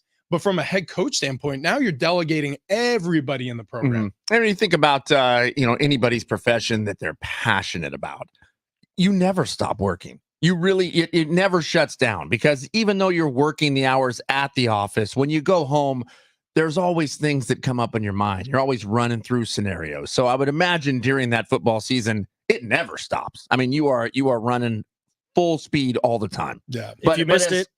I was going to say, Rich, as you're talking about, being on the elliptical, that's just mind over matter. I mean, you're setting up the scenario in your head so your brain doesn't shut anything else off. And I mean, I would imagine every head coach is that same way. You got to keep that thing moving. If you missed it, as of 7:30, it's been officially announced that Sean Lewis will be the next head coach of the San Diego State football program. He was at Colorado a year ago as the offensive coordinator under Deion Sanders, and the voice of the Buffs, Mark Johnson, is going to be joining the show coming up at 8:30 this morning. We'll get a better look inside at who Sean Lewis is as a coach, as a person, and hopefully as a recruiter. I'm so excited. Like, the more I think about it now, the official announcement is made. And again, this isn't condemning anything that's happened with this football program over a long stretch of greatness, right? With Rocky Long, Brady Hoke before him, and then Brady Hoke after Rocky announcing his retirement from the football program just years ago. I'm excited for this because this is an opportunity to, I mean, it's a great opportunity for the football program from the standpoint of entering into, again, a more modern era of football. It is going to look starkly different offensively on the Mesa than it has really, frankly, looked in years. I was talking about the Ryan Lindley days back in the 2010s to 2013, or I believe his draft class was 2012. That was a pass-happy offense. That really was on the leading edge of some of the spread offenses that you saw infiltrating college football at the time. And then that went away because you had talented running back after talented running back like Donnell Pumphrey and Rashad Penny, who really could tote the rock, and offenses were built around their talents, which I completely understand and agree with. Jeff Horton's offenses over the past decade or so. I mean, that was some good stuff right there, because you had a run offense, a rushing offense that could dominate time of possession and score in bunches. But now, since leaving that era, the San Diego State's kind of getting back to their old ways of throwing the football around. So we've talked about his Kent State days, how he basically rewrote the record books as the offensive coordinator and head coach there. But before that, he was at Syracuse as the co-offensive coordinator and quarterbacks coach. His first year there, the Orange led the nation in offensive plays per game, 87.8.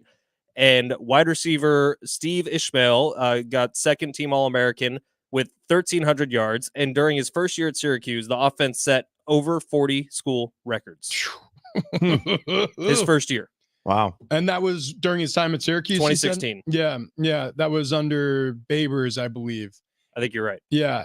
Oh, he was also the wide. I'm sorry. He was the wide receiver coach at Eastern Illinois when Garoppolo was there. And Yeah, that yeah. was another record-breaking offense at the FCS level. Didn't they 2012? play the Aztecs that year? Yeah, Yeah. Yep. I'm pretty And sure Jimmy lit us up. it was in the season opener. That's one of those FCS opponents you look at as like, all right, well, it's a warm-up game for the Aztecs. And boy, oh boy, Sean Lewis was on that staff. He was the wide receivers coach there. So he's been a part of some prolific offenses. Yeah. So is it fair to say he was the person on the private jet?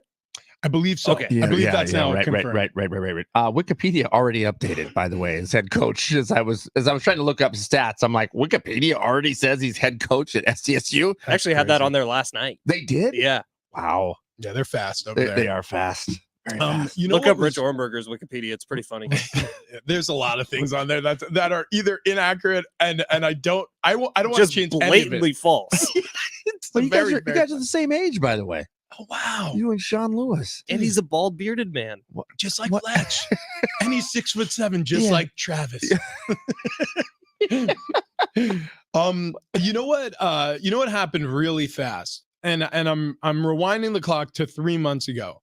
I remember when we all first embarked on SD Fat Loss together. We were like, oh, I wonder how this is going to go. We were honestly like, we started doing it before we read a single ad for them, before we were advertising. We're just looking at each other like, we're not allowed to start reading ads until we lose a couple of LBs here, until we start. It's almost like proof of concept. It was right? 10 pounds. 10 pounds. Oh, that's what it was. 10 It was 10 pounds was the number. It was a week later. I lost that in 3 days.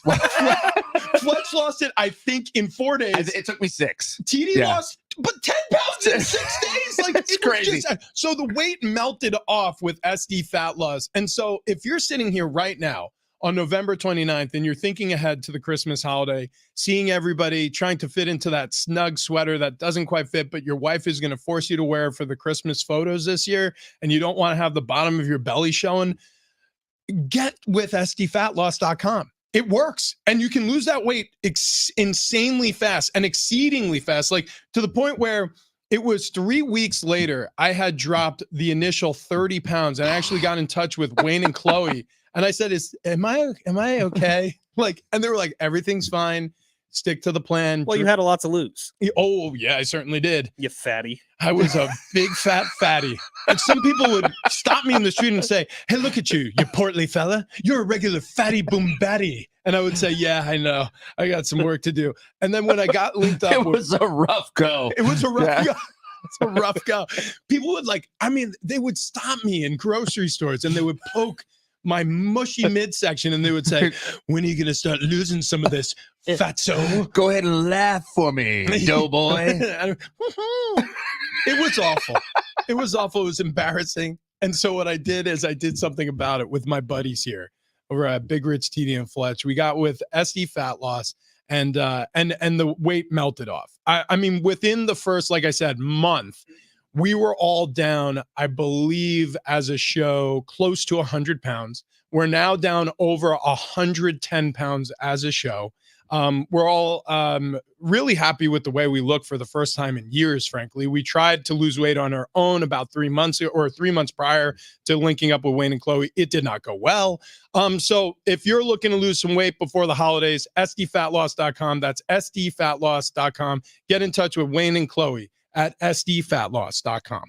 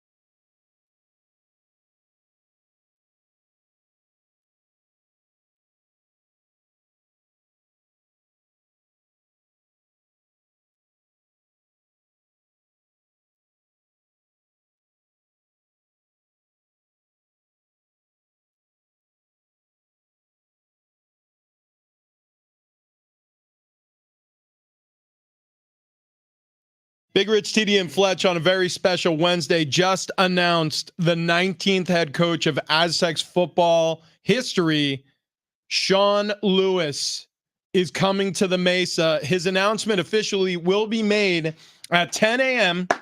I was getting ready to clap, and I'm like, I'm not sure if now's the time. Now it might be 10 a.m. It might be 10 a.m. But he's he's going to be addressing the media, answering questions, obviously making his opening statements at 10 a.m. We're going to carry it live here on San Diego Sports 760. Some part of the three of us or all three of us will be here with you for that. Bonus Big Rich, TD, Fletch. You're damn right. I don't think I was invited to I this. want to invite you to it. So In do fact, I. I'm just in fact, saying. you're staying. I mean, it was, hey, can you guys stay? Oh, and TD? You're probably you busy. Guys? You No, guys? dude, you need to stay. You should stay. I'll stay. It's a bonus I'm hour. in. Yes. They can't run me out of here. Yes. I got a prize wheel to spin. Wait a second. They fired you? Yeah, years ago. But I just kept showing up. That's right. Now, here's the extent of what we're Email going to me do. my Yahoo account. We'll go live at 10 a.m. and we'll kind of set the scene. Okay, we're looking right now. It's an empty podium. Who's going to be there? I don't know. JD Wicker's going to come out and we're going to say, here's JD Wicker. And then he's going to talk and we're going to shut up. Wouldn't it be cool if It's they, gonna be great. when they announce Sean Lewis, he arrives like Michael Jackson did at the Super Bowl halftime show. He just starts popping up on like four corners. Oh my god, like holograms. Yeah, like, oh and my then, gosh. Like, under the stage, then he pops out in the middle. and like flies in the air. I mean, this is Well, Ludacris at a recent Falcons game, right? Wasn't this? This was this past weekend. Dude, he came down from the rafters on ropes, right, and a harness, like, And he was singing, "Move, get out the way. dude. If Sean Lewis comes into his opening press conference from the ceiling, holy smokes! What if How high are the ceilings over there at the Fowler Athletic Center? They're only like 10 feet, 11 feet tall. Okay, cool. They Fine. kind of that drop ceiling fluorescent Well, lighting. but you could make it happen with camera angles. That's a good you know, point, you too. could make it look a little taller. Fisheye lens. Right. Oh, it's Yeah. really Big Rich, TD, and Fletchify this thing. What's he going to be wearing? If it were Oh, up to man. me, something that looks like a spacesuit, like with a lot of fog. Good. It's, Like get a lot of fog from TD's fog machine. We Yeah. have it in not our office. Mhm. yeah. Now, Sean Lewis, fellow bald bearded men like myself. Yeah. Is he wearing a hat? I think what he should do is paint his face like you know the video game God of War. Oh, Kratos. Kratos, yeah. Wow. Paint Wow, his yeah, face that's like pretty that. good. That's pretty good. Yeah, because doesn't Kratos have like kind of the goatee He or the does. beard? And so you have that red stripe going down one eye, and then just come out and just shout in people's faces. Don't answer a single question, wielding a double-edged axe. Okay, I also think the axe needs to happen, but when he's in like a spacesuit, I imagine the spacesuit being shed only to like a red and black checkered flannel, and they hand him the axe as he's gonna go like chop down the mighty Okay. oak. So if you're popping in the car this morning and you are very confused as to what the hell these three idiots are talking about, Sean Lewis has been announced as the next head coach of the San Diego State Aztecs, Mhm. and we're thinking that he should dress up as Kratos from the God of War and scream in Kirk Kenny's face when he takes the podium today. And when you said like he would like tear away the astronaut suit to reveal like more lumberjack garb, Yeah, I was thinking more like Conan the Barbarian garb.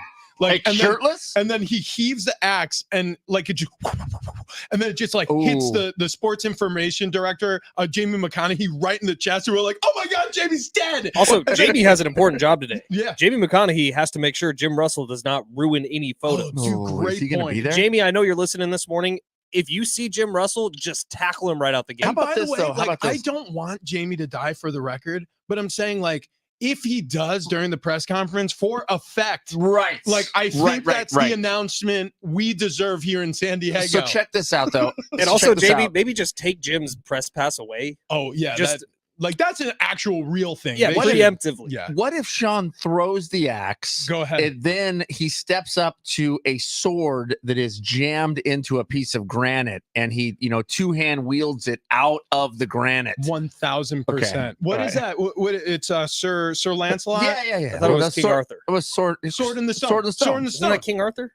Oh, no, He's the one. King That's how he Arthur. becomes Maybe king. just- Is he's the only person who's able to take it out of the stone. Yeah, because he was a boy, and then he became the man king, The king of Camelot. the king of Sir Camelot. Lancelot was his first name. Okay. Also, History. I wouldn't be Biatch. disappointed if it was Braveheart style, and he comes in on a horse with his face painted Well, so- half blue. So now, yeah, get rid of all the Kratos stuff. Have him William Wallace style, Yeah, right. with the blue face And paint. screaming at us The as movie he doesn't as he- necessarily have a happy ending. Well, Well, but I mean, they get their freedom. I But feel in- like that's the win. but in this one, the Scots win.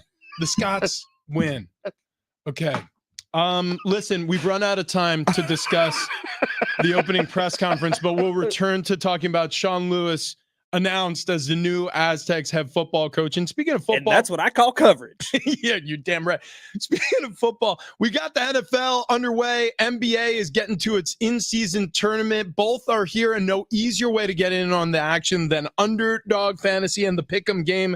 You hear me talk about this a lot. I'm all over Underdog Fantasy. I play it every single time there's a primetime NFL game. I'm so much more invested. I have so much more fun watching it. And the Pick'em game is super easy. You pick between 2 and 5 players. I always go with 5 players. I just can't help myself.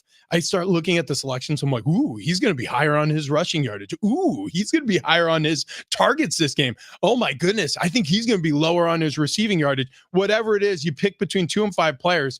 And then you can win up to 20 times your money in a single game by going 5 for 5. Legal in California, ton of fun to play. Build your dream team today. So what you do is go to their easy to use mobile app or underdogfantasy.com. Sign up with promo code XTRA. No joke. When you sign up, promo code XTRA and Underdog will double your first deposit up to $100. Plus, new customers will have a special mystery pick in their Pick'em lobby. That's Underdog Fantasy, promo code XTRA. That's XTRA. And your first deposit of $10 or more is doubled all the way up to $100. Plus that special pick. Must be 18 plus, present in the state where Underdog Fantasy operates. Terms apply. Concerned with your play, call 1-800-GAMBLER or visit ncpgambling.org.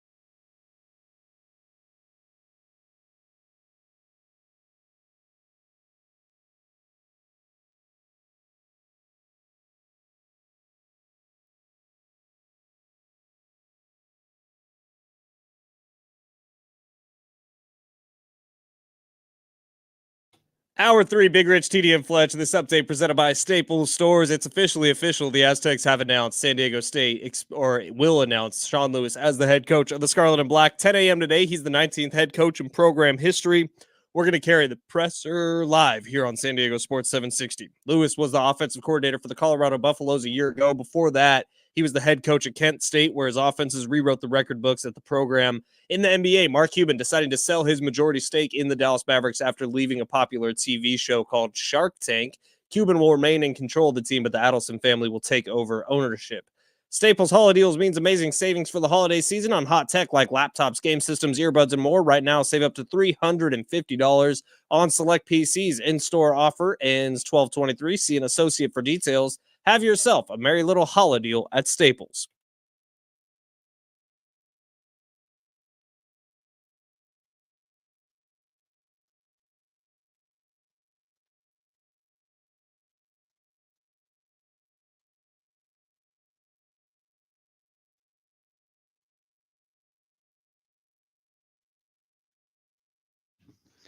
Yeah! Woo! Happy Wednesday to those who celebrate. Big Rich, TD, and Fletch with you on this fine Wednesday morning. And it's a fast Wednesday. You could argue it'll resemble that of the Aztecs offenses in the very near future because just announced Sean Lewis is the 19th ever Aztecs head football coach. This came down on Twitter just moments ago. We will hold the press conference on the Mesa live here at 10 a.m. on San Diego Sports 760, where the head coach will be introduced. He'll have his opening statements and then answer questions from the media. So for those of you joining us right now, this is all official. This was announced via the Aztecs football Twitter account and on Instagram. And so it is officially official. Sean Lewis, the former offensive coordinator of the Colorado Buffaloes, joins the Aztec staff as the next head coach of the football program. And he had a lot of success at Kent State as a head coach, brought them to bowl victories. And this offense, really record-breaking offense, runs a hyper tempo.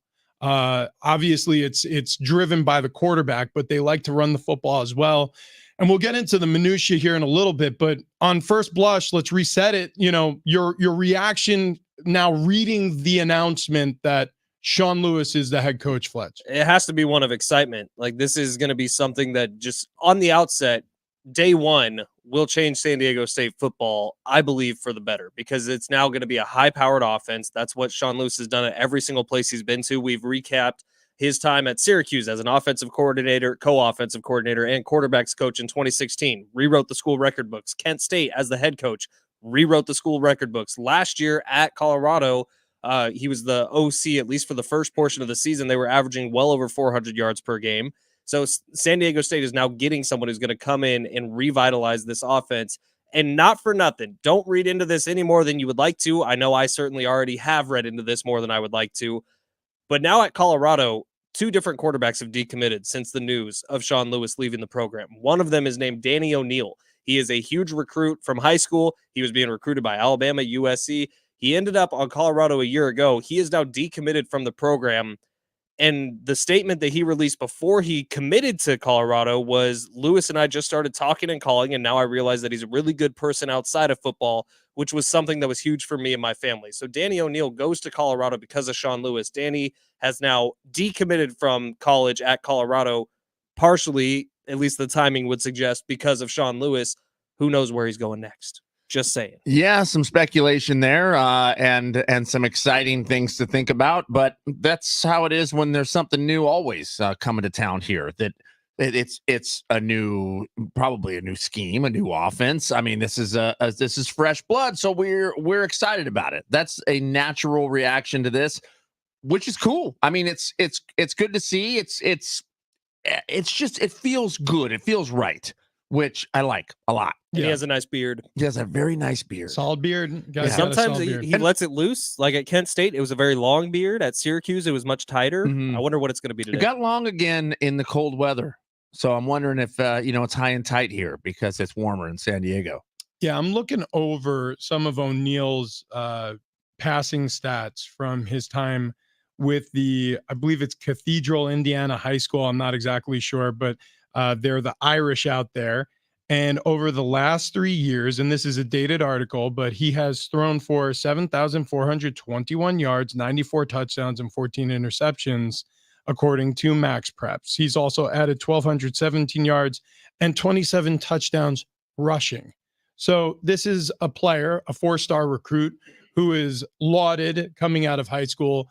And definitely a lot of recruiters, a lot of coaches are eager to get their hands on him at the college level, certainly committed to the Colorado football program for a spell there. I'm guessing there was excitement because Shedeur Sanders wasn't going to be at that program for very much longer. So you get to develop the next one, and a lot of eyes on what O'Neill was going to bring that program, but he has since decommitted. And like you said, timing in this world is everything, Fletch.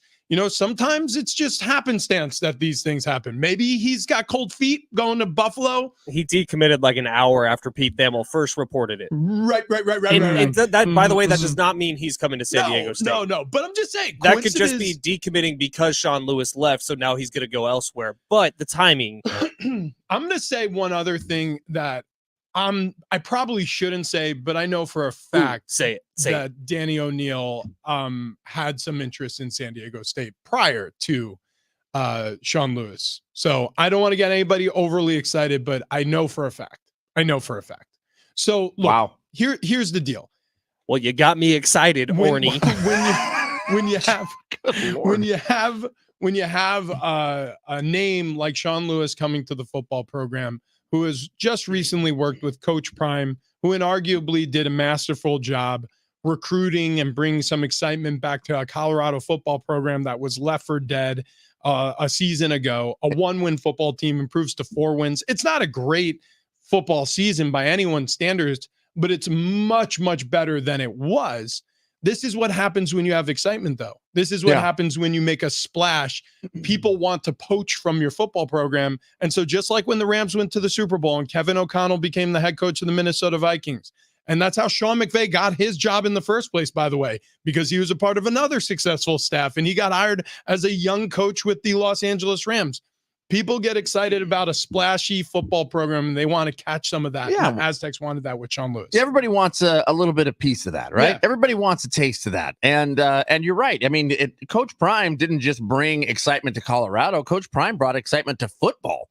I mean, he was doing things that were out of the box, were out of the ordinary. He was being boisterous. And I mean, it was fun. It was fun. And it didn't last that long. I mean, it got knocked down quick, but I mean, I'm hoping some of that rubs off and it's over here in San Diego. And only time will tell. Couple of programming notes. If you haven't heard yet, it's official. Sean Lewis is the next head coach at San Diego State. We will carry the press conference, Sean Lewis's announcement, at 10 o'clock. So keep it right here on San Diego Sports 760 all day long. JD Wicker will be joining the Darren Smith show. And I know the thought here is that the coach will be joining John and Jim. That's not confirmed yet. But Sean Lewis, 10 a.m. right here, San Diego Sports 760. And then also, I had something else. Mm-hmm. All right. Well, that was programming. It'll come to me. You'll get back to it. Yeah, it'll happen. Look, 8:30 this morning. Sorry. The voice of the Buffaloes. Mark Johnson is going to be joining our show right here on Big Rich, TD, and Fletch. Right. The play-by-play voice who watched every single snap of Sean Lewis's offense since he became offensive coordinator with the Colorado Buffaloes will be joining our show right here on San Diego Sports 760 in just less than 20 minutes now. We also have a family 4-pack of tickets to give away to Seaworld San Diego. They're having their Christmas over there at Seaworld. My wife took the kids. Tons of fun over there. So if you're looking to bring your family too, we have a 4-pack of tickets coming up later in the show as well. Okay, actually, keep listening because I have a feeling those are coming up sooner than later. Within the next 7 minutes, perhaps? Perhaps within the next 7 minutes. Very exciting stuff there. Okay, so yeah, Sean Lewis, what he brings to the table from a offensive scheme standpoint, because I took a look at some of the early season Colorado film recently as when the Aztecs took on the Colorado State Rams, because the Buffaloes played the Rams earlier in the year. But also last night, I opened the film again.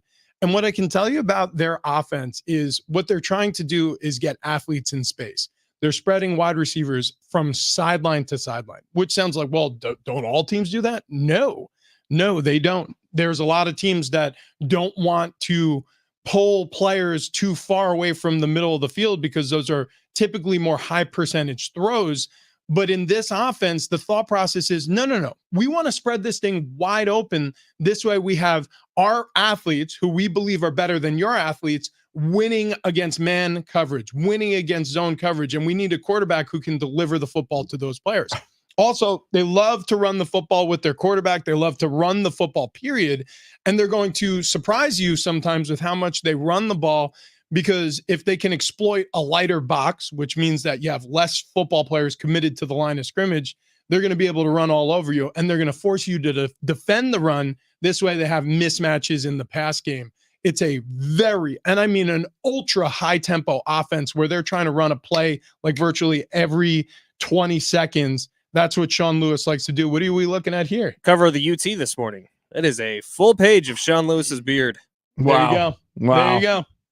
What is the headline? SDSU hiring Lewis. Tiger Woods actually in the top corner up here. Oh, yeah. Antonio Gates Hall of Fame bit at the bottom, and then Sean Lewis gets the big middle part. You get top of the fold, they call that. Mm-hmm. Top of the fold. Man, first 7 games here for Colorado, they scored 249 points. And one of those was only 6 points, one of those games. Yeah. I mean, they could score in bunches. They could score in bunches. And that's because of Sean Lewis. I mean, he'll help and put that together. So here, I'll re-say the numbers because I think it's important. So Sean Lewis, he was demoted as offensive coordinator this past year with the Colorado Buffaloes. Now, there's a lot of different reports on why he was demoted, but here's what's important. Sean Lewis, as the offensive coordinator at Colorado, 408 yards per game, 34 points per game. After they demoted him, 273 yards per game, 20 points per game. Yeah. Numbers don't lie. Yeah. Yeah, numbers do not lie. I wonder if Mark Johnson will let us know why he was demoted. Well, look, Pat Shurmur came over to be the chief play caller. Here's the deal. Sometimes relationships are the reasons why things happen the way they do. I mean, look, there are certain people who get jobs based off relationships. And that's coaching, by the way. Coaching is a big relationships business because you need to trust the men that you're going into battle with. And so a lot of these staffs are built that way, where it's not necessarily the best defensive coordinator in the country or the best burgeoning star as offensive coordinator in the country. It's the guy you know. Nathaniel Hackett has a job in this league because of his relationship with Aaron Rodgers. I mean, it's a perfect example. Right. And also, by the way, people vouching for you is important. So I'm not saying that Pat Shurmur didn't deserve the job, or Sean Lewis, for that matter, deserved to lose the job. It's just the business. So there's a lot of reasons for a lot of things. We want to hear from you, though. 70470. Start your message with team if you want to weigh in on this hiring, and whether good or bad, whether you're excited or you're nervous about this hiring. Sean Lewis announced as the head coach of the Aztecs football program. Text us at 70470. Start your message with team.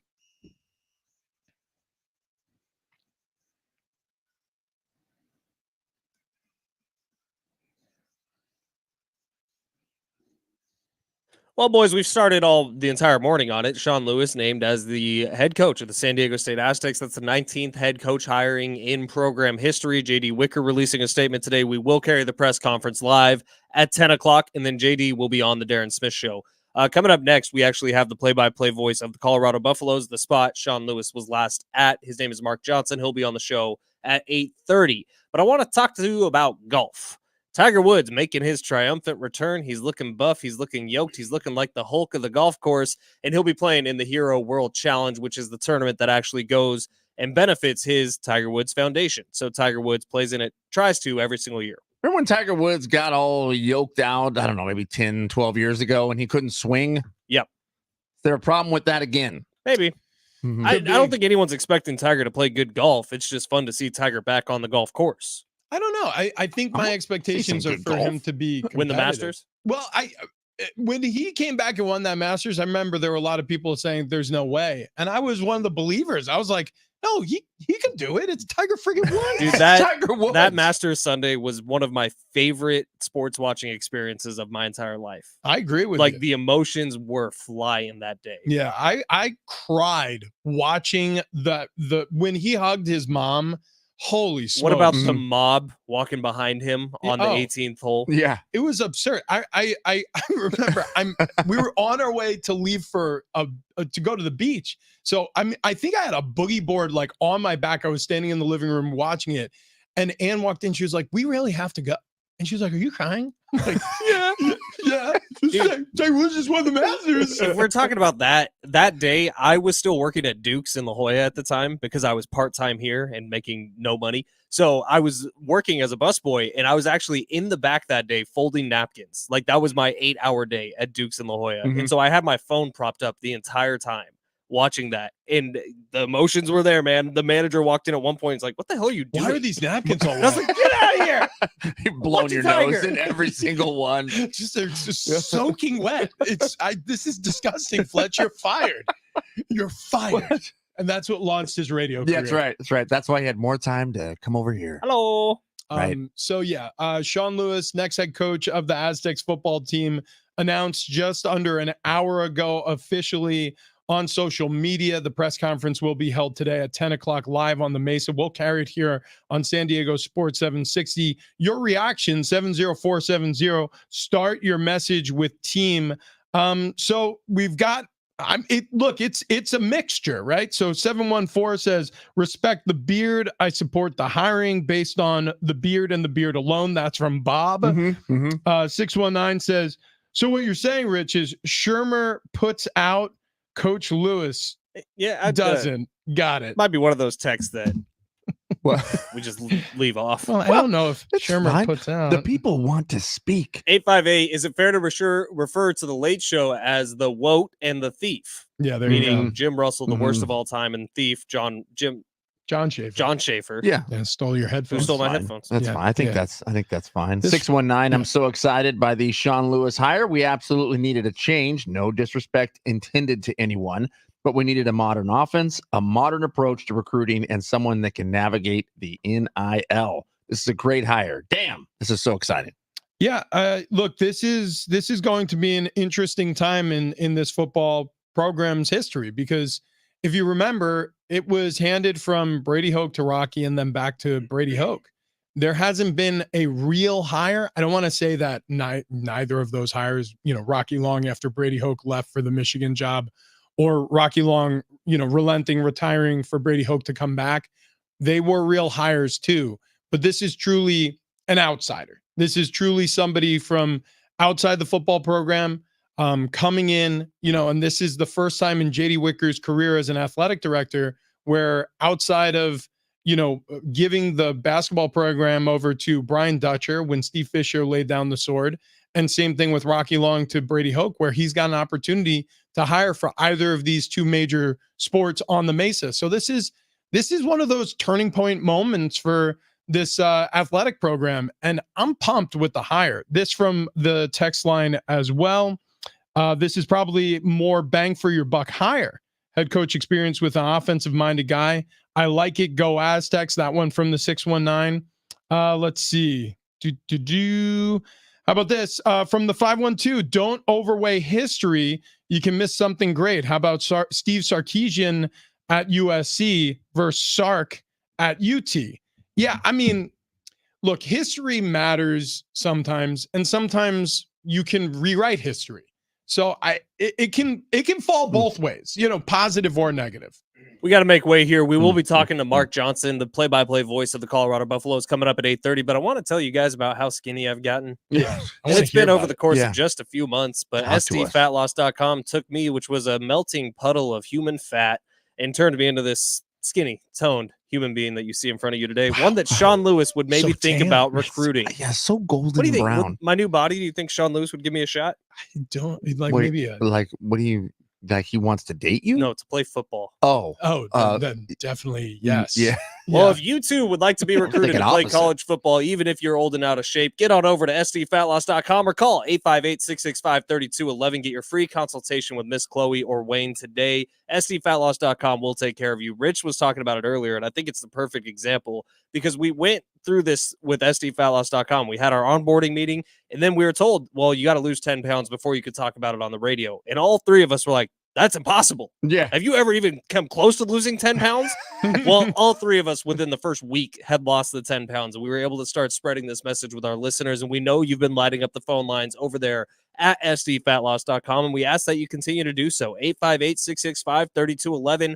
Wayne likes to send these really inspiring messages about how that company is changing lives and saving lives. If you want to feel more healthy, if you want to feel better about yourself, if you want to shed some pounds before your holiday family parties, get on over to sdfatloss.com, 858-665-3211. It's not too late. You're not going to mess up your holiday plans. In fact, you will make your holiday plans even better by showing up and looking better than you do right now. So again, the Aztecs hire head coach Sean Lewis, the former offensive coordinator with the Colorado Buffaloes. Joining us next on the program, the voice of the Colorado Buffaloes, Mark Johnson, next.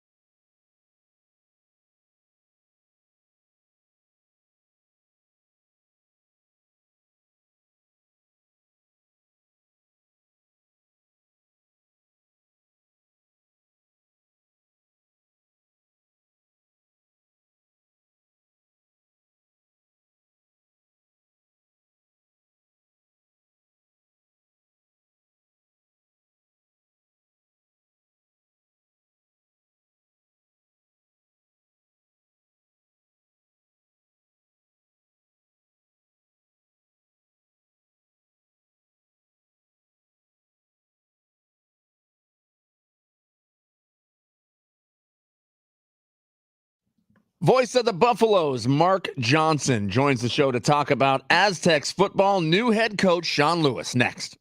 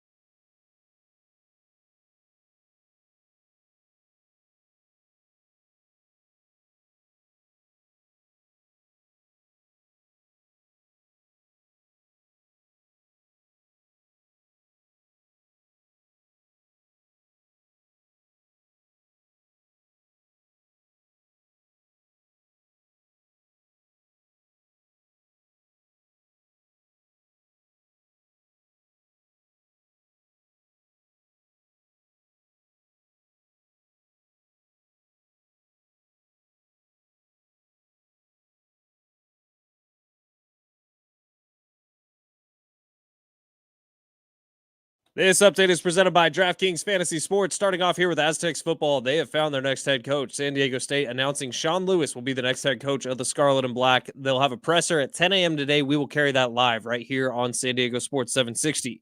In the NBA, Mark Cuban decided to sell his majority stake in the Dallas Mavericks after leaving popular TV show Shark Tank. Mark Cuban will remain in control of the team, but the Adelson family will take over ownership. Check out what DraftKings has to offer this season with code SPORTS because life's more fun when you're in on the action. DraftKings, the crown is yours. Gambling problem? Call 1-800-GAMBLER. Age and eligibility restrictions apply. Void where prohibited. See DraftKings.com for details. San Diego Sports 760. It's Big Rich, TD, and Fletch, and we forgot to give away those tickets. We forgot. So a family 4-pack of tickets to SeaWorld San Diego's Christmas celebration will be up for grabs here.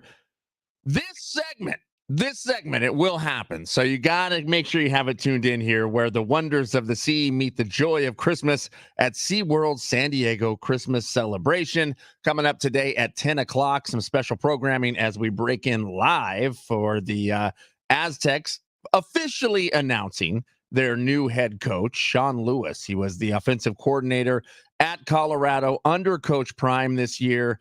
But starting today, he will be in the Scarlet and Black, leading this Aztecs program into a new era. A guy that got to watch Sean every single play, every single snap this season was the voice of the Buffaloes out in Colorado.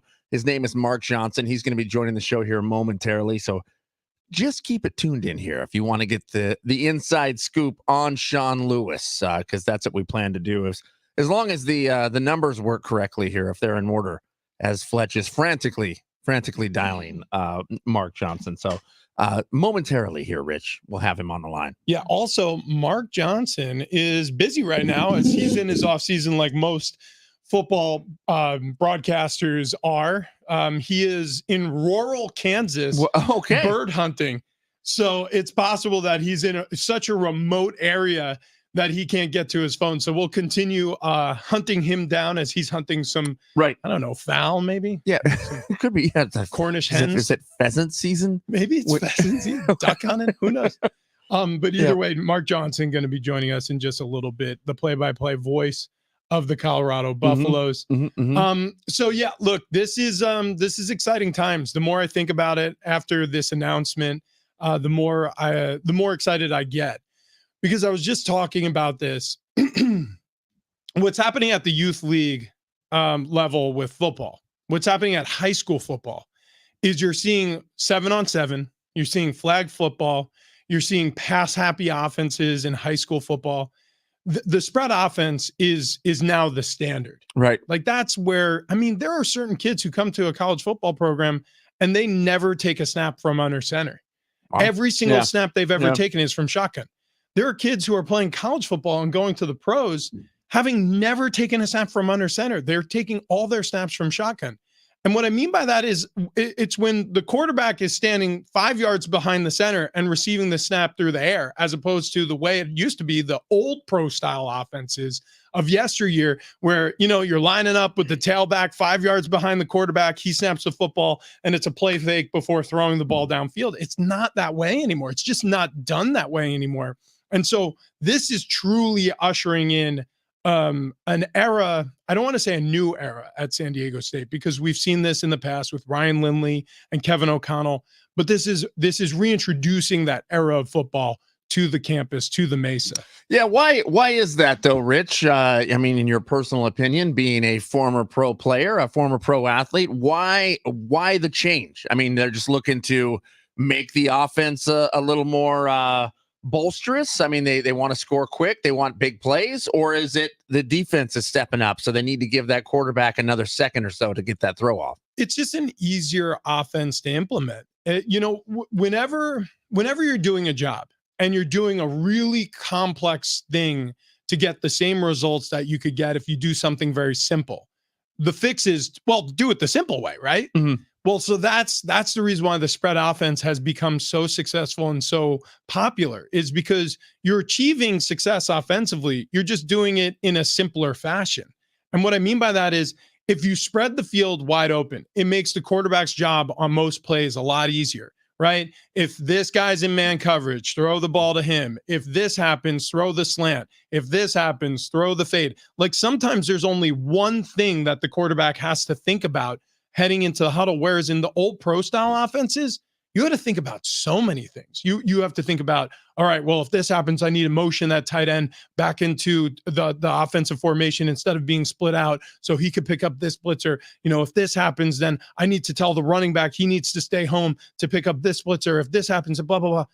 Against pressure packages, when you're running a wide open spread offense, I mean, it's so easy to diagnose. So if they're bringing pressure, I need to get the ball out. I know exactly where I'm going with it. Yeah. You know, if they're bringing more than you can block, I need to get the ball out, and it's going to be a hot route to the tight end right there over the middle. And he's either going to catch it or not, but that's the right read, and that's it. We move on. I'll tell you what is most exciting to me about this is that there are numbers, there are stats we can point to when the assistant coaches and the recruiting officer, when they hit the road, they're going to be able to point to what Sean Lewis has done at Syracuse. They're going to be able to point at what he did at Kent State. And then they're going to be able to point famously to what he did a season ago at Colorado when he was the offensive coordinator, averaging 400 plus yards a game. Like, San Diego State recruiting should take a bump in the positive direction on the offensive side of the football because of this hire.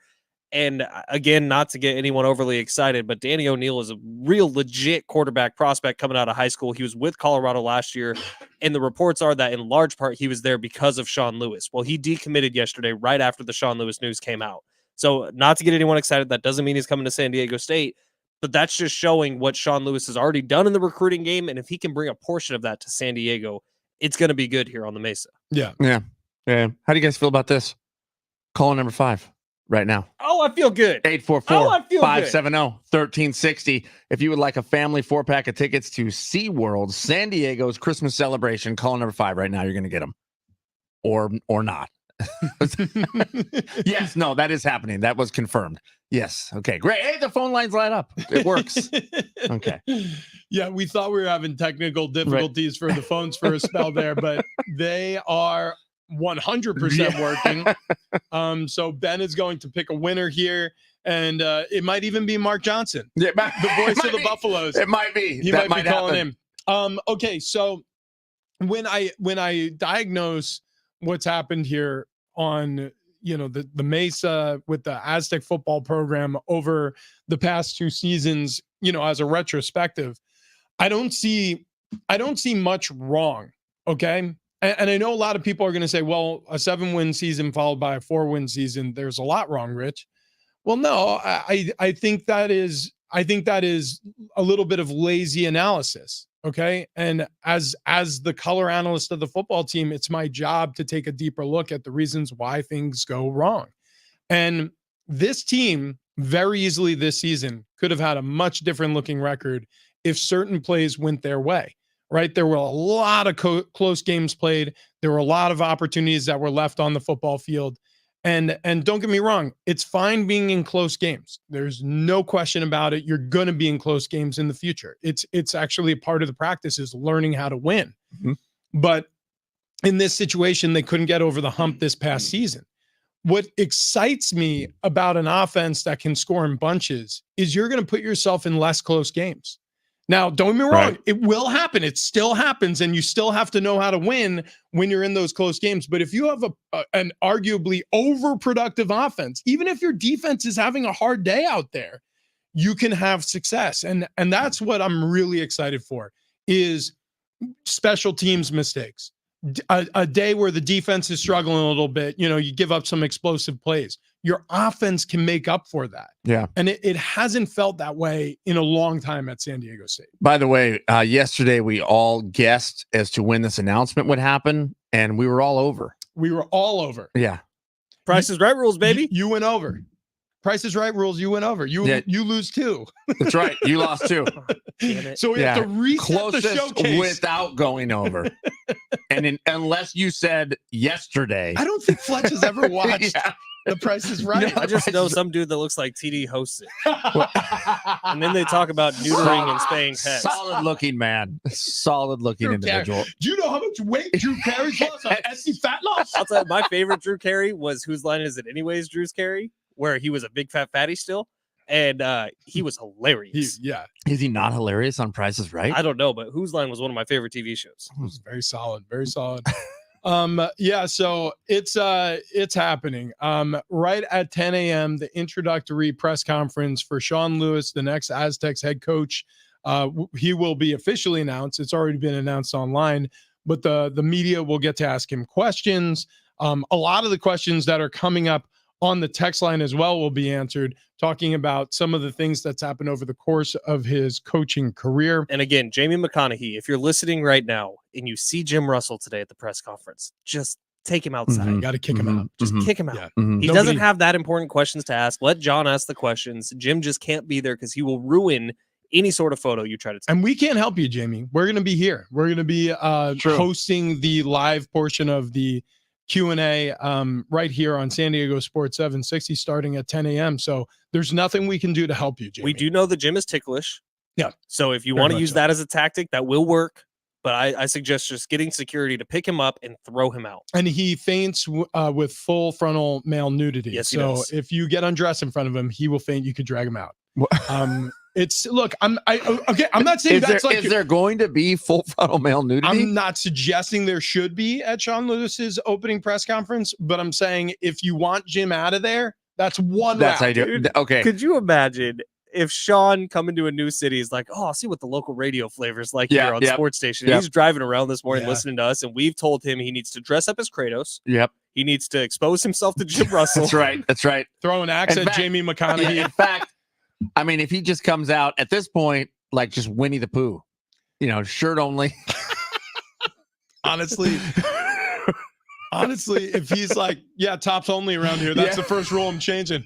And then he walks out of his press conference, it's just the bottom of his booty cleavage. Sean, by the way, welcome to San Diego. Rich Orberger, who is the one who suggested you expose yourself, is the going to be on the coach's show with you next year. Wait a second. I didn't suggest that he exposed himself. I said sports information director Jamie McConaughey. Okay. Very different. And honestly, all you said was any full frontal male nudity. So it just could be anybody. Honestly, it could be Kirk Kenny over at the UT. Right. I mean, just right. Look, he's going to be there. But Sean, I promise we're good dudes. Yeah. We'll talk to you probably every Monday following. Just a little weird. Also, we we are expecting, or at least I'm expecting, fog machines, some lasers, a lot of music. Yeah. I mean, I will be disappointed if it's not there. Honestly, I was hoping for all, and we also suggested that maybe in the spirit of what Ludacris did at the Atlanta Falcons game this weekend, Right. if you could hoist him down on wires, this way he can perform maybe one of Ludacris's songs. I wouldn't mind hearing Sean Lewis rap. Look, the point is, welcome to the Mesa. Welcome to the Mesa, Sean. This from the 760. A new head coach still doesn't do it for me on the season ticket prices. I'm out until they prove they can compete nationally. Yeah, listen, I mean, there are going to be people who are going to complain about the state of the team, and I completely get it. They're going to be, look, doesn't matter what you make the ticket prices, there are going to be people who complain about ticket prices. And they've definitely gone up since the new stadium opened, but the hope here, certainly with this move, with the Brady Hoke retirement and the hiring of Sean Lewis, you're going to have a reason to show up every single weekend, right, to go see Aztec football. If they're putting up 400 yards a game, that place will be full. Well, and here's the deal. I mean, no matter what, it's going to be a prove it. I mean, it doesn't matter who comes in. It's going to be a prove it. I mean, Sean Payton to the Broncos would still prove it. Oh yeah, prove it. Yeah. So didn't work out the gates, and all of a sudden they're the hottest team in the NFL, arguably. Well, right now. No, they are. There were 4 undefeated teams in the month of November. Do you know who the 4 are? Okay, Jaguars. Maybe. I don't know. I know 3 of the 4. I can't remember the 4th one. Okay, 3 of the 4 are Broncos. I know all 4. Eagles, Broncos, Niners, and the 4th one, Colts. Okay. We've got to go. We got to go. I knew all 4. I don't know. There were I 4. Knew all 4. Oh, God, I love working with this man. Okay, we'll wrap up this insanity in just a little bit. Big Rich, TD, and Fletch.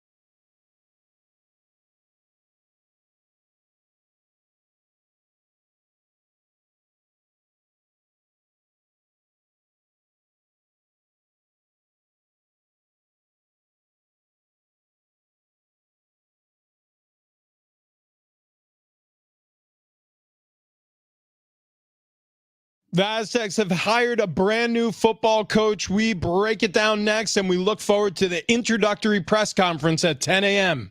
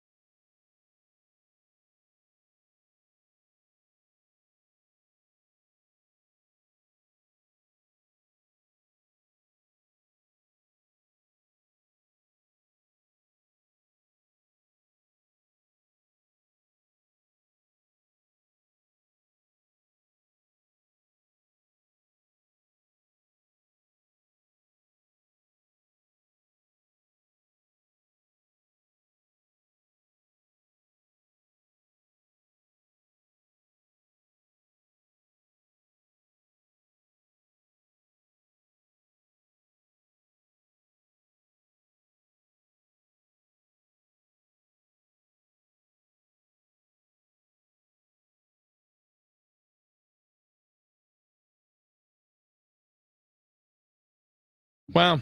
Learn something new every day. Big Rich, TD, and Fletch with you here on a Wednesday, a hump day. And appropriately, it was just brought to my attention that Hillary Duff's Instagram account, pretty good. Yeah, it's solid. It's a solid, yeah. I mean, it's a solid follow. Who knew? Yeah, dude. I mean, things are working. Was she Lizzie McGuire? Mm-hmm. Oh, that's Wow. where yep. Interesting. She's also in the How I Met Your Mother spinoff, How I Met Your Father. She all grown up. Yeah, she grown up. That's how she met her father. Maybe, or Mhm. maybe your dad. Yeah.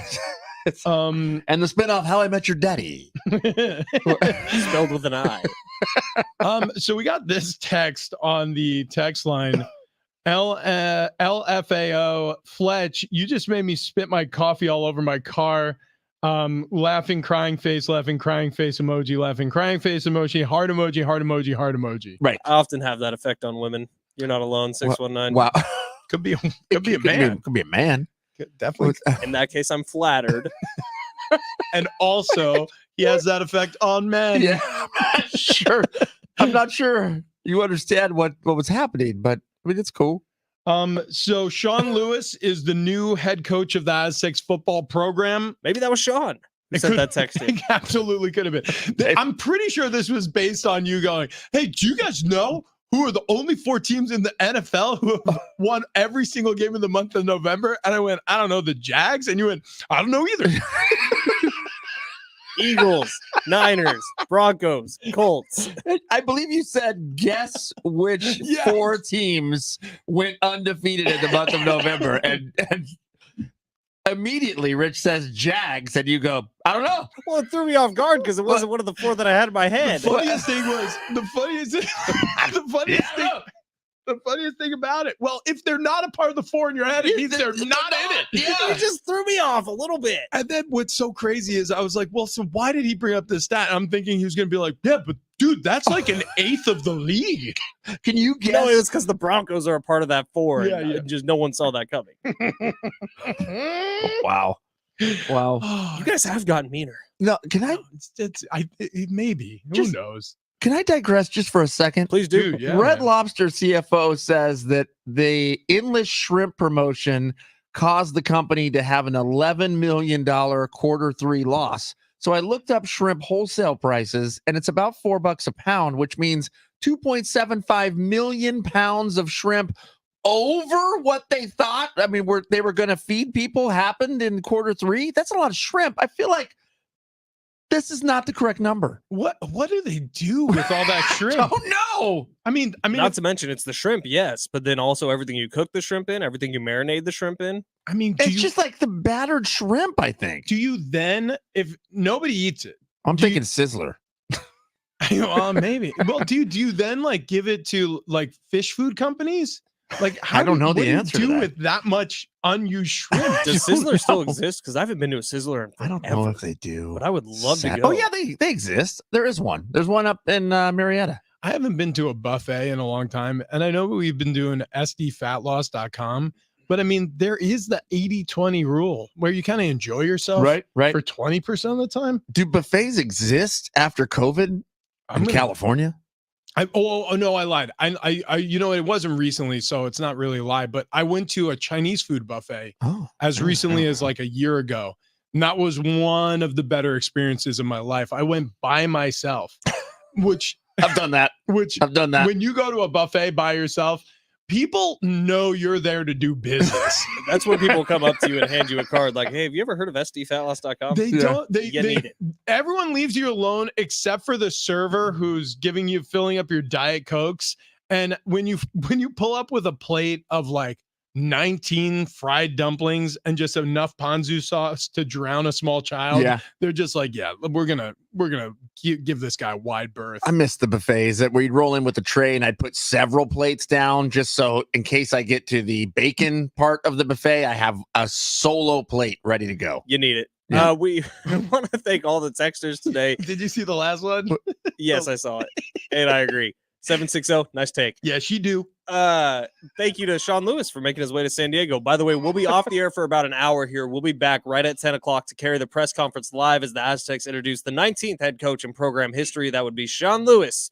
And Big Rich, TD, and Fletch, you get a bonus hour of us today. So be listening at 10 o'clock, and Colin Cowherd will be up next with the herd.